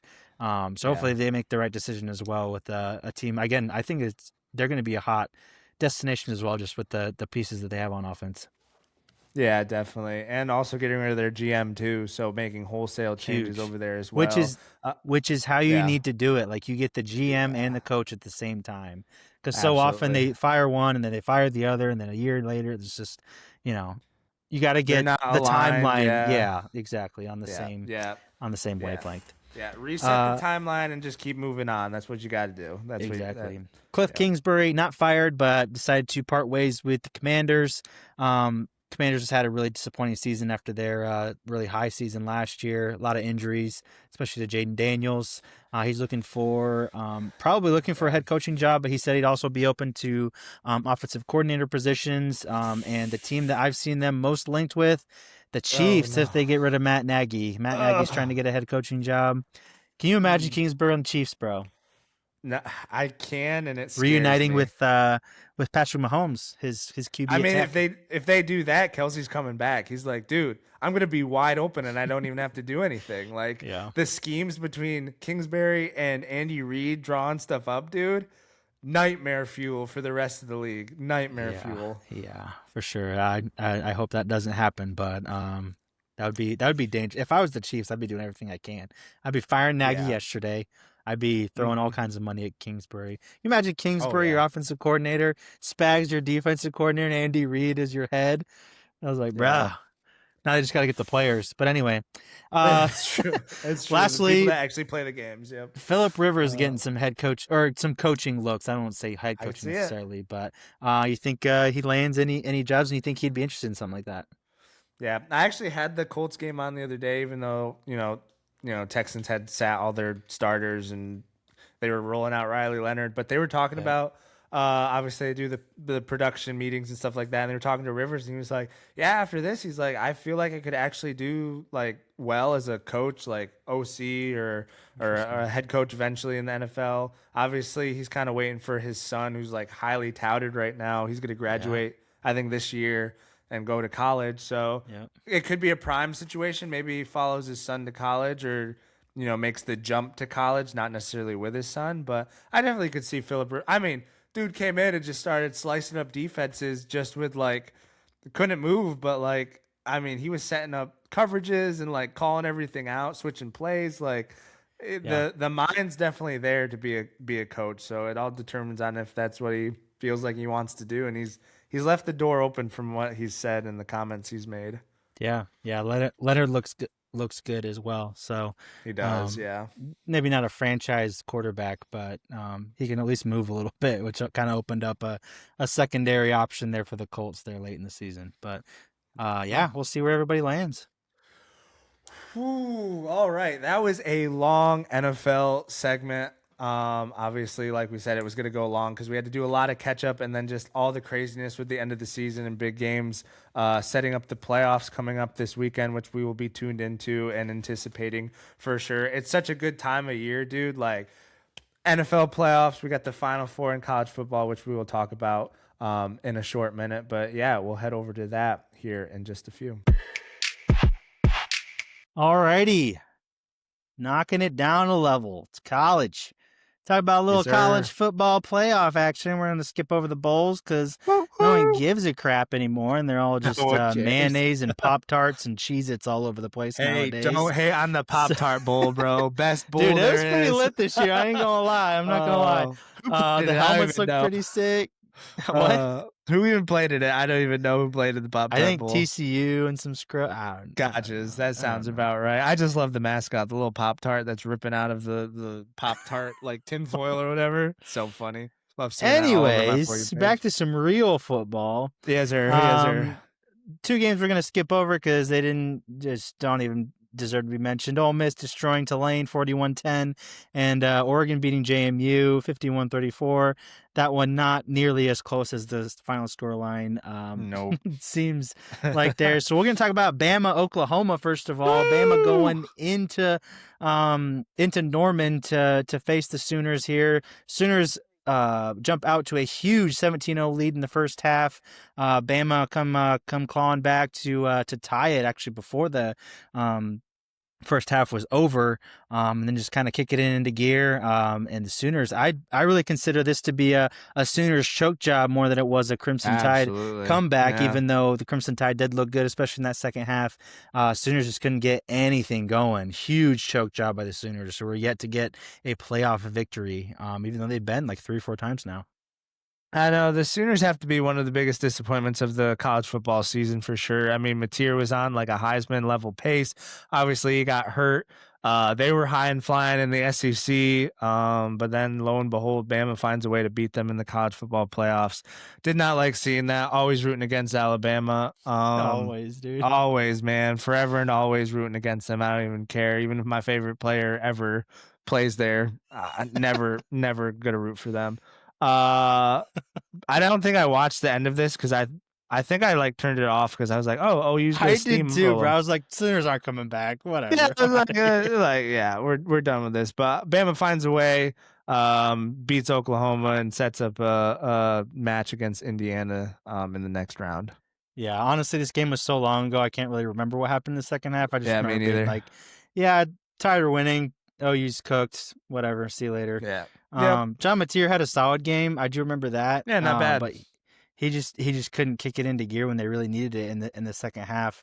Like you said, Heisman pace, but ended up pretty, average season. 14 tuds, 11 interceptions, so just super average. It'll be interesting to see if they stick with him or if they try to pivot somewhere new next year. But Yeah. I still think Mateer's going to be good, but we'll see if he's able to get back to the pace he was doing before he broke his thumb. So, congrats to Bama. Hate to see it. Hate to see it. Moving on. Next game, Miami A&M. Oh, this one was more of a toss-up. I didn't know where you're going. The doc had Bama and Indiana next. I was like, oh wait, where are we going? Miami and A&M. This one was a toss-up to me. I thought Miami was actually a good team, and I was the one that thought they should be in over Notre Dame because the head-to-head and all that. And A&M was playing really well. Kind of had that slip up against Texas and dropped down a few spots in the actual rankings for this. Miami bludgeoned them to death. Miami got dudes on that defensive and offensive line. They're just big dudes. Taking on a SEC team, and honestly, Miami looked more like the SEC team in this one. I was rooting for Miami. Always rooting for ACC and the underdogs, which they were an underdog coming into this game, but they found a way to win with Carson Beck back in the playoff after he was hurt last season, right? Yeah, towards the end, he was still playing, but he did get hurt in that SEC championship game that Gunnar Stockton came in. Yeah, yep, and couldn't play in the Miami. CFP, but Carson Beck really didn't do much in this game, to be honest. No. But Miami's defense was just insane, which was the question mark coming in. Like, are you really going to be able to win with a great defense and maybe not as great of an offense? But obviously they proved that they could. 10-3 final score, which is kind of wild. Texas A&M were kind of in a position where they could have proved everybody wrong by winning this game, just because everybody was like, they basically hadn't played a team all year that was ranked at the end, except for Texas and Notre Dame, and they beat Notre Dame by 1 point and lost to Texas. So somehow in their SEC schedule, they were able to dodge all the teams that were ranked. So I think their record was a little bit fugazi, but I'd still pick them to win, I think, against Miami, but Miami came in with that defense, bro. Ruben Bain, he's going to go top 10 in the NFL. He is. Oh, for sure. He is a monster, bro. Yeah, dude. They just got dudes, man. Absolute game wrecker. Grown men. And it's a little bit odd that Miami's offense isn't able to do more with, Carson Beck throwing around. Malachi Toney didn't have a great game by any stretch of the imagination, but he's just dangerous. Like, they can. Yeah, he is. He's really good. They can get him down, but yeah, great stuff from Miami. 10-3. They move on. Texas A&M, fake. Get them out of here. Fake. Frauds. Yep. Out. Gone. Get out. So crazy that Miami's the ACC representative, quote unquote, but they didn't even go to their championship game. Dude. It's so funny. It's so crazy. Just how it all works. It's nuts. I was thinking that too. I was like, Duke technically won the ACC, Yeah, but and they're not even Miami's the ranked. best team in the ACC. Right. Like, I don't know. The ACC's been weird for a couple years now. Like, we thought it was done and dusted, like Clemson's to lose. Lo and behold, Miami's the best team. They don't even win the ACC, and now they find Yeah. themselves in the semis, like Yeah. crazy. Yeah. Moving on to the quarterfinals. Bama, Indiana, boy. Love to see. I watched this game and just basked in the glory of watching Bama Oh get my beat up word! on. Yeah. And Yep. I also was enjoying the Indiana absolute masterclass that we saw at the Rose Bowl. Yep. 38-3. Alabama looks like a team that was on the receiving end of what Bama used to do to people back in the Yeah, Saban man. days. But Cignetti, you could tell Cignetti wanted to beat them by more than 30 points. Oh, Just for the way he sure. was playing in For the sure. third and fourth quarter, like he was enjoying that quite a bit. And Yeah. I love to see the Hoosiers putting it up on the Tide here. Absolutely. Not an Indiana fan at all, but like I alluded to before, whoever's playing Bama, I am their biggest fan. And I didn't, the analysis isn't going to be super strong because like we were traveling on this day when this game was happening. So I had it on in the car and I was like listening, but I didn't really get to watch anything. But first half was like, I guess like first half of the half was like close, and then Indiana really just started pulling away, especially in that third quarter, and late in the fourth, really just got it going. Showed that they were just the better team. I never really thought Bama was all that good. A lot of people were high on them No, because they were like, no. "Oh, I Ty don't think Simpson." they Like, should even been in the playoff, bro. yeah, no, absolutely not. Should have put like a Texas or someone else in above them, but obviously Or that's Notre that Dame. argument's that or Notre Dame, but that argument's gone. But yeah, props to Indiana. They're the first team that came into the CFP with a bye in the past 2 years. It was the past 2 years Yeah, I know what teams you're with a talking about. bye were 0-6. Mm-hmm. 0-6, and they're the first ones. That's kind of nuts. I didn't even realize that. I was like, dang, maybe you really don't want that bye in the college Yeah. football playoffs. It just shows you how good their coaching is, dude. Like Yeah. they've just got those boys focused. And I think, besides the fact that you get like almost a month off if you get a bye, like that's so much Yeah. of it too. You just get comfortable, Yeah. being maybe at home for Christmas and, a couple other things and you come back, you're not necessarily as dialed as you would usually be, but it's up to those coaches to get them grounded again and ready for the Yeah. game. And I don't think that there's a team in the country that's better at that than Indiana. Because like Indiana, like coming in, you knew they were going to be good again just because what they put on tape last year. Hmm. But like there's their team isn't riddled with 5 stars or guys that jump off the page. But you can guarantee that all of those guys are going to make the right play. They're going to be Yep. coached well. That they're going to make the play that is, the team oriented play rather than, Right. either the individualistic play or just the boneheaded play. So, Yep. Yep. Super well huge props coached. to Signetti's coaching and what he's got going on over there for sure. And, I absolutely love, obviously they ran all over um, all over Alabama. But the MVP, they decided to give it to the offensive line, which I I love that. Yes, sir. absolutely loved that part of Dude. it. So, Love to see um, it. I hope these guys go all the way. And Signetti, I cannot say enough about him, bro. Like what he's done, like I don't think people fathom like No, it's how crazy. incredible this is. Like people say it's incredible, but like we say a lot of things are incredible. Like this Yeah, man yeah, came yeah. in, Indiana was like the worst program, like literally in the FBS. And he came Yeah. in and he has won everywhere, by the way. If you look him up, he has won everywhere he's been. James Madison, wherever he was before that, can't even pronounce the school. He has won everywhere. And he Yeah. takes this team that's in the bottom of the FBS and says, I'm going to win here. And the fact that he says that before he's played a game Oh shows my me word, he's yeah. got, I mean, bro, just, yeah. So the fact that he has come in with this Indiana team and put up these 2 seasons Yep. is absolutely incredible. Their first bowl win since 1991, their Yeah. first Big Ten championship since 1945. Yeah, World I War mean, II, bro. what Like can be more crazy. impressive than that? Not like he hasn't even built, bro. He first season No. college football playoff, second Yeah. season undefeated, Yeah. number one team in the entire country, beating the Blue Bloods like Ohio State. Yeah. winning a Big Ten, like, that is just, I mean, I can't, I'm it's just super impressive. I can't Dude, say enough about it. it's so impressive. Cygna and his press conferences and everything, The like, interviews are best, dude. awesome too. The Like best. it's like an arrogance, but, like, he knows that, like, it's true. Like, he's Yeah. not just, like, talking like you said, literally before he even stepped foot or maybe not stepped foot, but before they even played a game at Indiana and he coached a game at Indiana, he's like, "Dude, I freaking win. Like, get ready for it." And Mhm. no one was ready for it, and now we're here Well, that's what I balling love out. about it, dude, because, like, it's so easy to talk after you've won or after you've done Right, this or that, right, yeah, but, like, to come in and say all that stuff, obviously now that he's got a better team and he's built a little bit, but to say that yeah, week 1 when you've taken over the worst team in the league and say, "We're gonna win here," is yeah. just unprecedented in Absurd, my it's just absurd. it's kinda crazy it's taken so long for people to find him or for him to maybe get those big jocks. He's in his at least 50s, I would assume.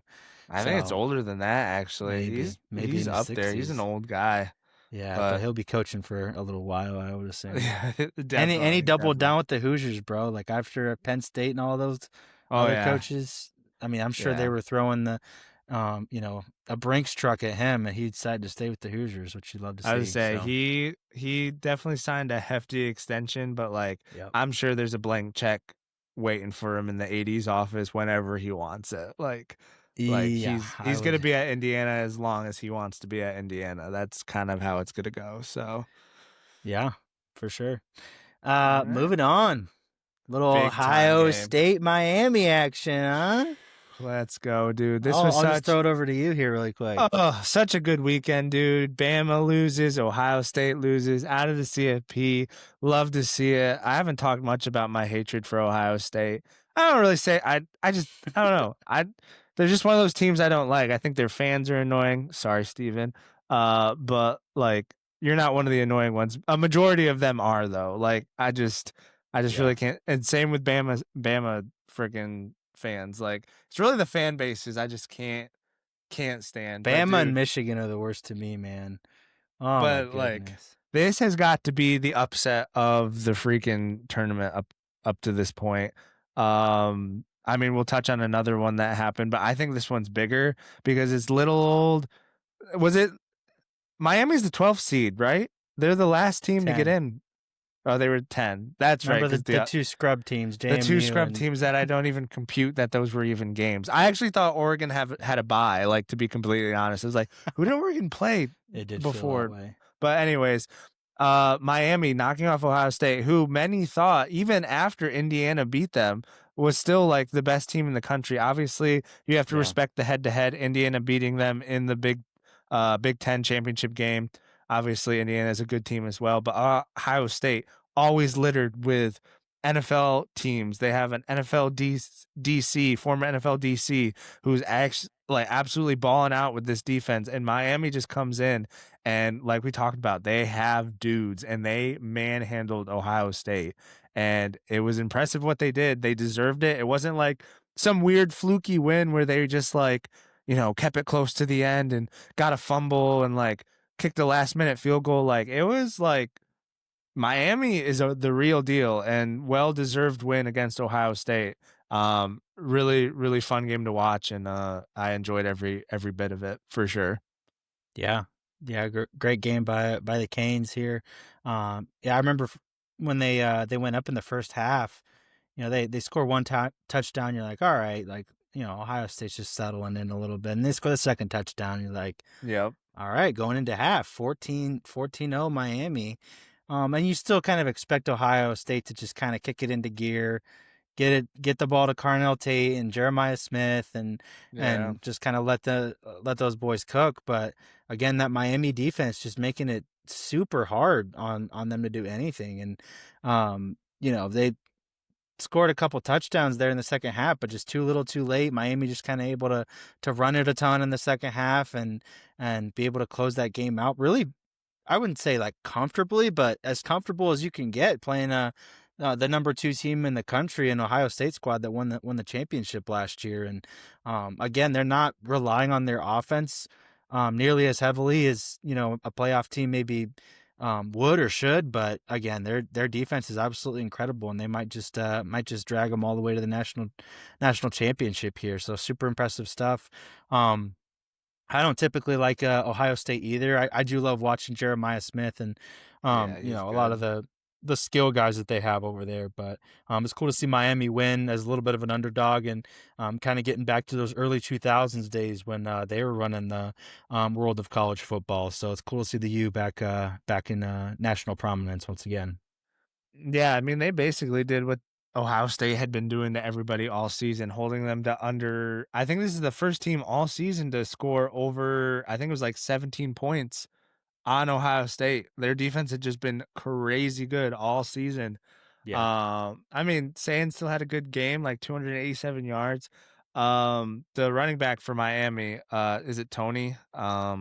Yeah, yeah, is he's it more of a gadget guy, like a wide receiver that also rushes. But Yeah, but I yeah, think it was either him or someone else that I texted you during the game, and I was like, "Dude, Ohio State's in this game just because this guy keeps coughing the ball up." he keep fumbling. I think, Yeah. like, every time I looked at the TV, he was, like, coughing the ball up, like, he, like, fumbled the ball, like, twice and got on it twice, but then he actually fumbled one, and it was a turnover to Ohio State, and I was just like, "Dude, this guy can't take care of the ball," but, like, at the same time, he's, like, really, really good, like, I Yeah. don't know. Obviously, gotta keep handing it to him, but, yeah, that was kinda sketchy, but good on Miami. Yeah, for sure. Great game by Miami. Moving on, Ducks and Red Raiders. I actually didn't watch this game. Kind of score watching a little bit there, but Same. Texas Tech, really similar to Miami. They were coming in, kind of hinging on their defense to really take them to the promised land. Offense was okay, but again, they were just kind of beating up on a Big 12 league that they were just kind of a step above, for sure. But defense did tried their hardest in this game, not allowing the Ducks to get a ton on them early. Only 6 points in the first half, and really keeping it close ish until later in the fourth quarter. But offense ultimately not able to put up any points. Their quarterback throwing a couple interceptions there definitely didn't help the cause, and Oregon Ducks kind of cruise, even though it's not quite as easy as maybe the final score ended up looking. Yeah, I mean, Oregon had that nice little tune-up game against, Tulane right Yeah, before. Did they play Tulane or no? It was JMU. Oregon played JMU. yeah, But yeah, I mean, handled Texas Tech. Obviously, Oregon's in the better conference. Texas Tech had been good all season, but like you said, beating up on that competition in the Big 12 was really nothing to really hang your hat on. Even though they spent a ton of money on their roster, looked good all season. Some people picked them as their dark horse, but I just really never saw them as a real contender or even a team to be super scared of.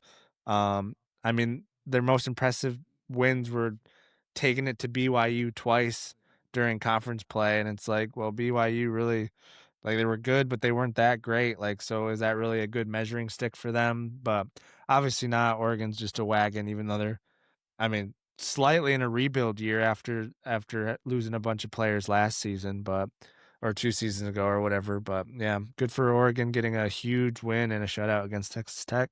yeah, good stuff. Moving on to the game of the year. Ole Miss and Georgia, Crazy, baby. crazy. Absolutely wild game. Oh Georgia man, coming up big in that first half, scoring 3 touchdowns. He thought it was gonna kind of be done and dusted after that, but Mississippi hanging around and coming up with a huge fourth quarter. Not gonna lie, I was a little bit sad for my boy Gunnar Stockton not being able to get it done, but he had an he absolutely balled. incredible game, going back Yeah, and forth. But Trinidad Chambliss was the story in this game. Over 350 yards, couple touchdowns. He's getting done on the ground as well. Just just making the key play in the really big moments was the key in this one. And I actually had a coworker that was at this game. He's an Ole Miss really. alum who went to the game. Dang, He drove all the way down to New Orleans to watch. that's sick. Not thinking he was gonna win. They were gonna win like Oh, at really? all, Just wanted to really, go. That's and ended crazy. up with one of the best games in Ole Miss history, really. And this after Lane Kiffin dips on Yeah. them pre-playoff to go to LSU. What a story this would be if they went all the way to the ship and won it. That would be absolutely wild. I know Lane Kiffin, like, love him or hate him, like, really just wild that he decided to leave for Stepped LSU in it on that one. because he did not think that he could win a national championship at Ole Miss, and it's still to be seen if they can do it. They got one more game to win to be in it, and then obviously have to win the whole thing if they make it there. But Yeah. like you just said, what a story. Lane Kiffin leaves, Ole Miss goes, and like depleted coaching staff, like the whole mess with Exactly. obviously Lane Kiffin's bringing a lot of his assistants to LSU because they've signed contracts and whatever. I guess the only two coaches that they're actually gonna be able to keep Ole Miss, that is, for the playoff the rest of the way, is their OC and their running back coach. Other than that, they're gonna have to promote like Bunch within of for the time analysts being, and scouts. or yeah, exactly. So I mean, if they make it to the final, like what a wild ending that would be, and Yeah. good for Ole Miss, kind of just really sticking it to Lane after I everything that he's know, done, dude. picking up and leaving. So Yeah. good Again, for them. gutted for my guy Gunnar Stockton. He played his heart. I saw seeing a bunch of memes after the game. It's like I always love watching Gunnar Stockton games because you can guarantee that he's gonna get blown up at least once a game, and it's so true, bro. It There's at is least once in every game you watch him where he just gets destroyed. His head gets laid knocked off, right and he just out. gets right back up and keeps playing. Which is Yeah, just good so old Georgia it's boy. crazy. But Good old um Georgia boy. yeah, I definitely thought that Kirby was going to get the best of him towards the end there, but yeah, Ole Miss just super impressive, and you love the stories for all these. Miami with the defense not being Yep. back, in a long time, like 25 years. Ole Miss with the coach situation, never really Yep. been on a national stage like this, at least not in anyone's lifetime, really. Oregon, we don't really care about Oregon, but then there's Indiana with Cignetti and Yeah. Mendoza. So there's good stories all around. But that kind of Yep. brings us to the pick'ems here. Yes, Indiana, sir. Oregon. Who you got? Indiana, Oregon. This one is a tough one. Obviously, two Big Ten teams. Did they play earlier in the season? Not this year. I think they played last Not year this though, year. if I'm not They did play mistaken. last year. I think Indiana lost. Or yeah, they lost to Oregon last year. I think so. Um, I don't know. Oregon's like they're kind of in a rebuild, and Indiana technically is too, but they're just rolling with Cignetti. This one's gonna be the best game. I say that. Then Ole Miss and Miami could be an absolute shootout. Best game we've ever seen too. Really, two good games we have. This one's tough. I'm gonna go Oregon. I'm gonna pick the upset. I think they're technically, I think, a touchdown underdog to Indiana. I think I could be getting that wrong, but I'm gonna go Oregon. I just think they find a way. They haven't played this season yet. Haven't seen each other. Obviously, same conference. Did well. I was actually mistaken. So They did actually play this year, which I can't did believe I they? forgot because there was that insane game in Eugene with like the pick six, Yes, the and then pick six at the Mendoza was end. bringing them down. Yeah. Yes, that's right. I'm still going the Ducks. I think the Ducks find a way. Yeah. Really picking against the favorites, but Yeah. got to do I'm it. I'm picking with the favorites. I'm gonna go Indiana. I believe in Cignetti. Big Netty. I believe in Mendoza. I think Mendoza's had so many Heisman moments this year with the Penn State game, and then obviously the Oregon game, and beating Ohio State. I think he has another one in him here against Oregon. And again, I just trust the boys that aren't going to make a mistake basically all game. So I'm going to go with the Hoosiers there. Ole Miss Miami. Who you got? Uh, I think I think the offense for Ole Miss won't take a step back just because they have their OC. But like, how in the world do you like keep Score. everything else together? Like, how in the like? Yeah, sure, it's the same players, but like just the schemes and different things going on. Trying to game plan while you're walking out the door and handing it to another defensive coordinator as you leave in like the biggest game that your school's ever played in. Like, I just against a Miami team that's really really good. Like, I don't know. Give me Miami. I think there's they're a good team, and I think Ole Miss just has too much that they're playing against not only Miami but themselves, just with everything going on with Lane leaving. I'm gonna go Ole Miss. Okay. I'll pick Ole Miss. I think a lot of the things that you're just saying just now, I think a lot of the conversations that they already had coming into the Georgia game, And they beat and they were Georgia. able to put together an incredible game. Again, I think that Miami defense is next level, but I also think Trinidad Chambliss has the potential to put it all together. He's got two wide receivers on the outside, one of which transferred from Oklahoma State, which is a killer. But um, two guys that can really take the top off of defenses. So I'm hoping that that'll open up the play, not just obviously over the top, but also for the run game as well. So I'm gonna pick Ole Miss here, and hopefully with some of their magic that they have with Lane being gone and them kind of being on a Cinderella run here, a lot of people not giving them a chance, will come in clutch. I would just love to see them at least get to the national championship after Kiffin leaves and says all that stuff. So Yeah, yeah, give me Ole absolutely. Miss. Interesting. Well, obviously our picks split on this one. We were pretty It's good. aligned with the NFL one, but we're Yeah. actually in disagreement. And then lastly in the doc you have some okay Oklahoma State hype going Yeah. on. What's that Yeah, all for about? sure. As everybody knows, we fired our coach this last season. The new hire, we hired North Texas coach, who North Okay. Texas, they were actually one win away from being in the college football playoff. I think if they would Dang. have beaten JMU, I think it was Mhm. JMU. It was either JMU or Tulane. One of those ones that made it in. They were going to be in the playoff because of their conference stuff. Yeah. So we hired him, and Drew Mestamaker is the quarterback that was the North Texas quarterback. Super weird story. He didn't start one game in high school as a quarterback, and he led the FBS in passing yards and touchdowns this Dang. past year. So Okay. yep, he's following his coach to Oklahoma State. The Okay. running back from North Texas, who was like the number 3 or 4 running back in the transfer portal, also Oklahoma State now. Okay. So we got there's some other players that we're following their coach too, but there's a lot of people that are saying we might be in the contention for Big 12 next year. So I Wild. thought that the hire at the time was a great hire.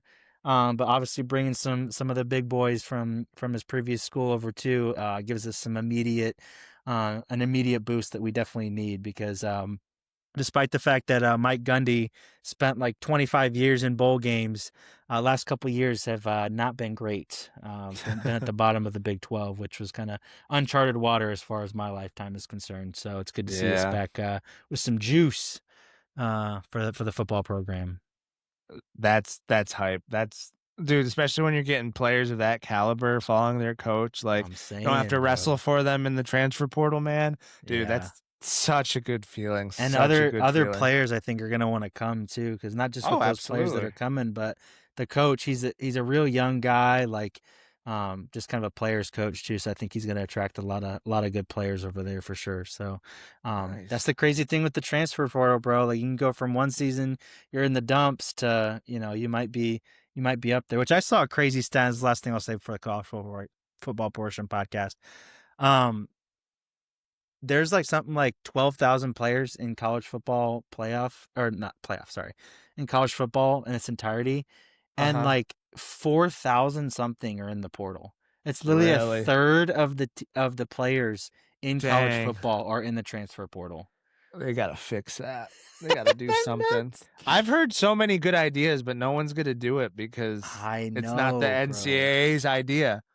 And there's Like, so many coaches that are speaking out against it, coaches that are like taking advantage of it and like, building their teams still that are like, this is chaos. Like we got to fix this.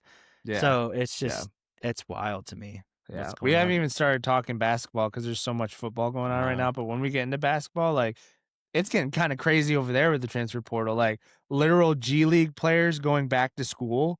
I know. I Like texted you Baylor that a couple just, weeks ago. yeah, Baylor just picked up that guy from the G League and he's gonna be playing for them this season, mid Hmm. season. I Like know. they gotta fix something otherwise. I mean, the literal NCAA had to come out with a statement and said, like, "We are not allowing any NBA players that have signed NBA contracts, two-way or otherwise, can't play."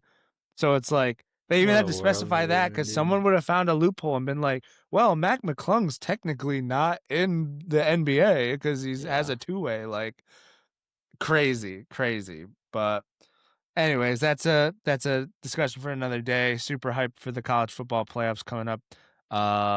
2 days. Tomorrow's the 7th, 8th. Yeah, Thursday coming up on Thursday. Be hyped to be watching those games and see if our picks pan out. But we're gonna hop over the pond here in just a moment. Hopping over the pond as we usually do. We're just going to keep it in the Prem this time, just because we've already gone way, way, way too long. But the Prem is really the only one that's really needing any discussion over the last couple weeks. Most of the leagues are actually on Christmas break. Bundesliga is still on Christmas break. They have the longest break, but excuse me. Whatever. Prem top six stays relatively the same. Really, the only movement is Aston Villa moving really second, third, and maybe back into second again. After I think it was right after Christmas. Mm-hmm. They actually beating Chelsea 2-1, Yeah, which tough. catapulted them into second originally. Your Blues, not a great time over the Christmas break here for Chelsea. Yeah, no, eventually ended up being the end of Maresca there at Chelsea. December was really what did him in. Like we dropped most of our games. We're not doing well in the Champions League as well. So I think our last loss was literally to Atalanta, who literally they're I think they're on their like third coach of the season. So like, what are we freaking doing losing to them? Yeah. Um, yeah, I mean, we just signed a new manager literally today. Not sure how that's gonna go. Strasburg's manager. Have no idea why we stooped that low. We're freaking Chelsea, but anyways, That's we'll kind because of dive into that after that. Strasbourg But is your sister club, so it's kind of oh, like a sure, Red let's Bull go get that situation. manager. Oh, sure, let's just promote from within. That's a great idea when you're supposed to be a top 8 club in the entire world, but it's fine. It's whatever. At least we're not Manchester United. We'll talk about that in a little bit. Yeah, But yeah, then true. Arsenal gets our revenge, which we obliged later in the weekend. But yeah, you guys smoked Villa 4-1. Crazy, Smoked them. Smoked dude. them. Some Were classy. they set pieces though? Were they Actually, actually this good time they were goals? not. As much Oh, as I've been all right, frustrated that good. we All can only right, score good. from set pieces, I was just about to say, two, probably three of these goals were just very classy worldies, Good, which good. you love to see. Just we were playing some really good ball against Villa, really that we haven't played in what feels like months. It just feels like we've been scraping by with these own goals and these Mm, corners and just scraping by 2-1 and 3-2 against teams we should be beating, like Wolves, all the way at the bottom of the table. So it's good to see us get yeah. a nice, comfortable shellacking of Villa, and they were in second, I think, at the time. So, Mm, getting a little bit of some space between us and second. I think Man City actually slid into that second spot after we yep. beat Villa, but they were very quick to go back-to-back draws against Sunderland, and then your boys Chelsea again looked like they were going to win that game against you boys, but 1-1 equalizer at the death. At the death, Enzo. I can't even. I'm Enzo losing my mind. Fernandez? Yeah, I'm pretty sure our coach was Enzo as well, so I was kind of getting messed up with that. Yeah, and Yeah. Enzo Fernandez. And then there's like I was thinking about Indiana's freaking quarterback Mendoza. It Mendoza? was like it's late, guys. It's late. This podcast has gone long, but we're Too long. plowing through. But yeah, late equalizer against Man City to grab a point with our interim U21 manager pulled him up from the ranks to manage this squad. You definitely could tell in our tactics. It was very simplified in our shape. A lot of players behind the ball. Obviously, when you're playing Manchester City in the circumstances that we were playing them, like just get a result, and that's what we ended up doing. We got a result, split the points, and moved on. Obviously, like I said, we signed a new manager today from Strasbourg. We'll see how that goes in the coming weeks and kind of to end the rest of the season. But it was really a good draw, all things considered, for Chelsea to kind of stop the skid, get a draw against Man City, and help Arsenal out. Not that that's what we were hoping to do, but helped you boys out a little bit to boot, I guess. Yeah, obviously we'll greatly appreciate that. You'll take We'll those, take won't you? that 6 point gap right I bet now you between will. us and Man City. Am I Yeah. comfortable? Still no, but I love to see a little bit of a gap there. Definitely nervous those last couple weeks when we've been not deserving to win at all, especially like during the game when you're tying and sometimes losing and scraping out dubs. You're kind of watching Mhm. the table to calculate and like, okay, if we do this and Man City does this, they're gonna, be 1 point behind us or ahead of us or whatever. So it's good to see a little bit of breathing room, but it's still we're basically halfway through the season right now, so still a ton of football to be played. We play Liverpool on Thursday. That's going to be a huge game. They've looked a little bit better recently, but tied the last 2 games, so they're going to be looking to shoot up the table once again.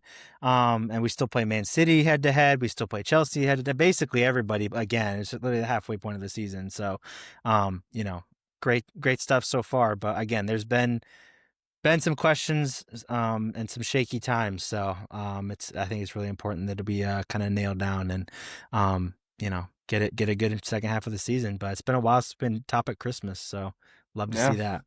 So Yeah, been a um hot minute. couple sackings here. You alluded to it earlier. Chelsea sacking Enzo Maresca. Yep. Not gonna lie, I was a Gone. little surprised to see that just because I A mean little bit. A he little bit. hasn't been terrible. He won what an FA Cup or Carabao or something like that, and then he had the Club World Cup, which I've been back and forth and believing it's actually a real trophy. But there's real teams in there, and they still won it in the end. So, and you guys are hunting down European spots this year. So, what gives here for Omareska getting the boot? Yeah, I think it's kind of the similar thing with Man U sacking as well, which we'll talk about. But I'm not sure if he said it in. I mean, he was saying a lot of things, kind of like in interviews and post game press conferences and stuff like that, kind of alluding to that. He can't really do what he wants with the squad because of the powers that be above him weren't really giving him an option to do that. I think it just ended up being like not really seeing eye to eye with the upper management and the run of form in December really, really, I think ended up doing them in. It kind of gave them a reason to boot him out the door and bring someone else in that might be a little more compliant to what they want to do with the team. I was a little surprised as well because, like you said, like he has won trophies. He's come in, got quite a bit out of this young squad. I think we're still missing a lot of that leadership on and off the field, which is why I'm really surprised with the hire that we got. Like, I would have liked us to swing for a bigger name, someone that would come in with some of these egos in the dressing room and really get a hold of like some of these young players that think they're all that. And they're really not at the moment. But, you know, I don't make the decisions, but hopefully this new manager, hopefully we'll get a bump from it and like end the season. I think we're in sixth or something like right now. Fifth. So fifth, okay. So we have a Champions League spot currently, but there's a lot of teams hanging around in that like sixth, seventh, eighth like area that are right there, looking from the outside in that are pretty Yeah. close. But be interesting to see. Yeah. Speaking of teams hanging around, that would be Manchester United right behind you boys, and they also gave the sack to the boy Ruben Amorim Yeah, this morning actually. it Um, was this morning, wasn't it? Absolutely crazy news. I have a lot to say about this one, so I'll let you take it first. Okay. I was surprised because I thought he was doing a lot with the players that he had, which was not a lot. And a lot of people want to point to his record and his win percentage and all these other things. It's like, guys, there's way more to it than just looking at that. Like, look at the players he has. Like, look at the signings he wasn't able to make. Look at him being handcuffed by management, kind of like Yeah. Maresca was. Like, I wish Well, they that's gave him that's where more the time. where Yeah. where the layers came in because Yep. I'm not sure if you were aware of this, but the interview after his last game I where he saw came this. Yeah. down pretty hard on management, where he was like, I was hard to be the manager, not just the head coach. Yep. Kind of a slap in the face to maybe the owners being like, hey, you're not giving me the players that I want, especially in this January transfer window where you get, you don't have big splashy signings usually in January, at least not typically, but there's an opportunity there. And, even though it's early in the month, I guess it's been made clear to him that they're probably not going to be that active in this window. And he just kind of boiled over there. Yeah, I saw the comments in the presser, like, that's kind of just been him ever since he came to the club, like, "I'm gonna speak my mind, I'm gonna do what I want," and, kinda leave it up to the powers that be to make a decision on if, like, and obviously, if you're winning games, that covers up everything. Mm, They kinda I mean, they had that good stretch where they were playing really well. I think they were, like, top 5 for a while. I mean, like you just exactly. said, hover around the top 6. Maybe that's why they made the change, but it kinda looked like they were looking for a reason to get him out, and he kinda gave it to them, and now he sees himself, without a job, and I guess he's nothing now, not a manager, not a coach, just nothing, so very interesting. I wouldn't say he's nothing. He's gonna go somewhere else and be successful, Oh, I think. definitely. Head back to But Portugal or something. I I don't think this decision had anything to do with the results on the field or any of his relationships with the players. A lot of the players have Mm, actually come out and defended him over the last 24 hours or so.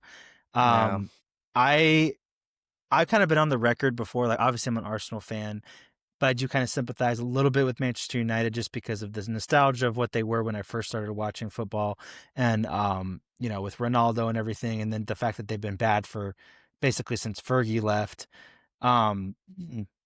You want to see them in the top six and things like that, and sympathize with them a little bit. I'm absolutely done sympathizing with them anymore at all for anything. Um, Ruben Amorim, I've had this opinion since the beginning, was the right choice. We've talked about it on here before. What he was doing at Sporting was great. His tactics, whatever he was bringing in, was the right thing. The things that he was doing outside of the field and everything was the right stuff. Cleaning house, getting rid of players who probably shouldn't have been there for 2 or 3 seasons. And he came in and was like, "Hey, this is the tactics. This is the way I want to play. I'll give you a little bit of time, but like I need the players to be able to play my way." He was not given the players that No. he needed to play with the three at the back. Well, he was kind of stubborn and played with three at the back and really struggled. But again, you need time to kind of implement your system. Mhm. And then like the second that he starts to turn around, again, he wasn't fired after the abysmal last year where they were closer to the relegation zone than they were to the European spots. He wasn't fired after that Grimsby game where they lost to non-league. Is that non-league? That what that was? Fourth tier, Mm, something yeah. like that. He wasn't fired after that with basically playing a full strength squad. A lot of rumors about the players quitting on him, yada yada. Didn't fire him after that. They fired him after he had the audacity to buck ownership, even though with this new ownership that's been in there, there's been a lot of talk about them being better than the Glazers, who were the former owners, and really Mhm. being able to clean house and being more efficient and giving the manager time, yada yada. But the second that Ruben Amram had the new what to go against management ownership, that's when he gets the boot. And that's Yeah. exactly what happened to Ralph Ragnick, who did the exact same thing a few years ago. This was back when I think Ronaldo was playing for the team as well. Yep. I think he was only there as an interim, but he had the audacity to, on his way out, like basically give it to the board and say, "These are the things that need to be done. This is what's not happening. This and that." Um, and I think he was already out in the out anyway, but I don't think he lasted very much longer after he came out and said that. And there's a lot of, reels and stuff going on, recirculating of what he had to say as well, very similar to what Ruben Amorim said. But ultimately, I think that Manchester United had made the correct decision. I think Amorim was absolutely the right guy to bring it back. And even with like this team is not top six worthy. They've got holes everywhere. Really, the only players that are worth anything is probably Bruno Fernandez and maybe like, I mean, they got a nice little striker now. Maybe Mateus Cunha is good, but like, Mm, it's not. So the fact that he was able to get them there, I think is impressive in and of itself. Um, true. but yeah, I think that they missed it because this was the guy. And again, with the appropriate amount of time and you give him the right signings to play his system, I think he would have had Manchester United right back in it again. And I think that this just resets everything for Manchester United. It takes them right back down to where they were before. They're going to be mid-table at the end of the year again with whoever interim comes back in. And yeah, so just a shame, I think, for not just Manchester United but for football in general. Like Yeah. it's just kind of ridiculous, the whole situation. And again, the whole time to a manager thing. Like no one's given any time to build anything. Like No. we thought that this was going to be the time because of the new ownership and the upside that he has. But yeah, I guess it's just a different game now. So we'll see. We'll see where Man U go forward. I hope they get relegated, and I hope Ruben Amorim goes somewhere else, hopefully in the Prem, and just takes it to him. What Chelsea?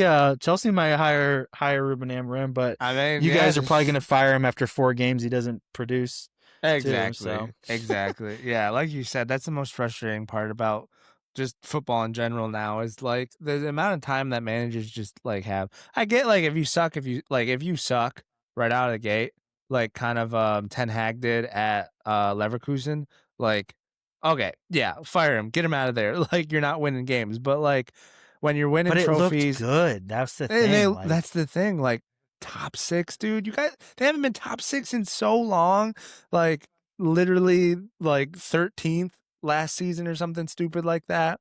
Crazy, just to get rid of a coach that's doing so much and actually cares, that's the biggest thing. Like exactly. like, that was the thing I loved about Maresca and Amarin, like, they were low-level coaches, like this was their first real chance at a big club. So like they took it with pride and like really cared about the players, really cared about the club and the team. Like if you go and get like Jose Mourinho or something like that, it's like, dude, I've been here, done that. Like you want to fire me? Like I'm bigger than the freaking club is. Like just Yeah. with that attitude where it's And just like I could go get a job anywhere else, but like a manager that actually cares about doing well for the club goes a long way, and it just doesn't matter anymore. yeah, I also think it's messed up how like they kind of strong armed him to come there because they fired Mm, their manager mid-season when he came. And they extended the offer to him, and they were basically like, "Hey, you need to come now." And he's like, "Well, can I finish my season with Sporting, and then you can also get me the players I need, and yada yada." And they're like, "No, you need to come now," kind of thing. It's only offered. The offer was only available to him like mid-season or whatever, so he kind of had to take. I mean, you don't pass up something it's like that. ridiculous. And then they still didn't give him the players. They still didn't, back him like they really should. And then ultimately, this is kind of where we're at. So I just love all the pictures that are coming out today about him walking out of his house or wherever, and he's just like all smiles, like absolute troll. Like he gained so many like aura points. Yeah, he If we did. if we want to use something the kids are doing these days. Yeah, yeah, But it was aura farming for yeah. sure. So yeah, Ayo. I hope he finds a good club and that he does really well. So. Yeah, I'm sure they both will find clubs. They're both good coaches, excellent. I mean, otherwise they wouldn't have gotten the jobs anyways. So I'm Yeah. sure they'll be happier out of the shadow of these ginormous clubs and their ownerships and all that. But with that being said, I think that's finally a pod, Sammy. There's finally a pod 2 weeks later. Finally. 2 weeks later, all that catching up, first pod of 2026. We hope you guys have a On great January year. 6th. Yeah, January 6th. That's right. What? Oh, my word. Are you bringing stuff up again? Not intentionally. I Oh, just heard you okay. say I just heard you say 2026 and I was like on January 6th. But On January 6th. I see Okay. where you went with that. I Yep. see. Anyways, we You got to appreciate plug your political podcast coming up. I see how it is. It's fine. yeah, that's right. All the politics. So we'll be talking about it. No, but with that being said, we really appreciate you guys. And if you guys could, um, just like and subscribe on the video as well, that would help us out a ton. Trying to grow the podcast as much as we can this year. Definitely haven't grown as much as we would have liked in the past 2 years, but we're really gonna try to hammer it hard this year. I think we say that all the time, but this year's obviously We've got some different. plans in the works. We got some plans. We're working on some stuff, some different things for the podcast, and hopefully getting some guests. And we were gonna have a guest tonight, but he's currently having a child, I think, or gonna have a child tomorrow. So, Any day now. but anyways, we appreciate you guys, and we will catch you guys on the next one. I peace. Peace.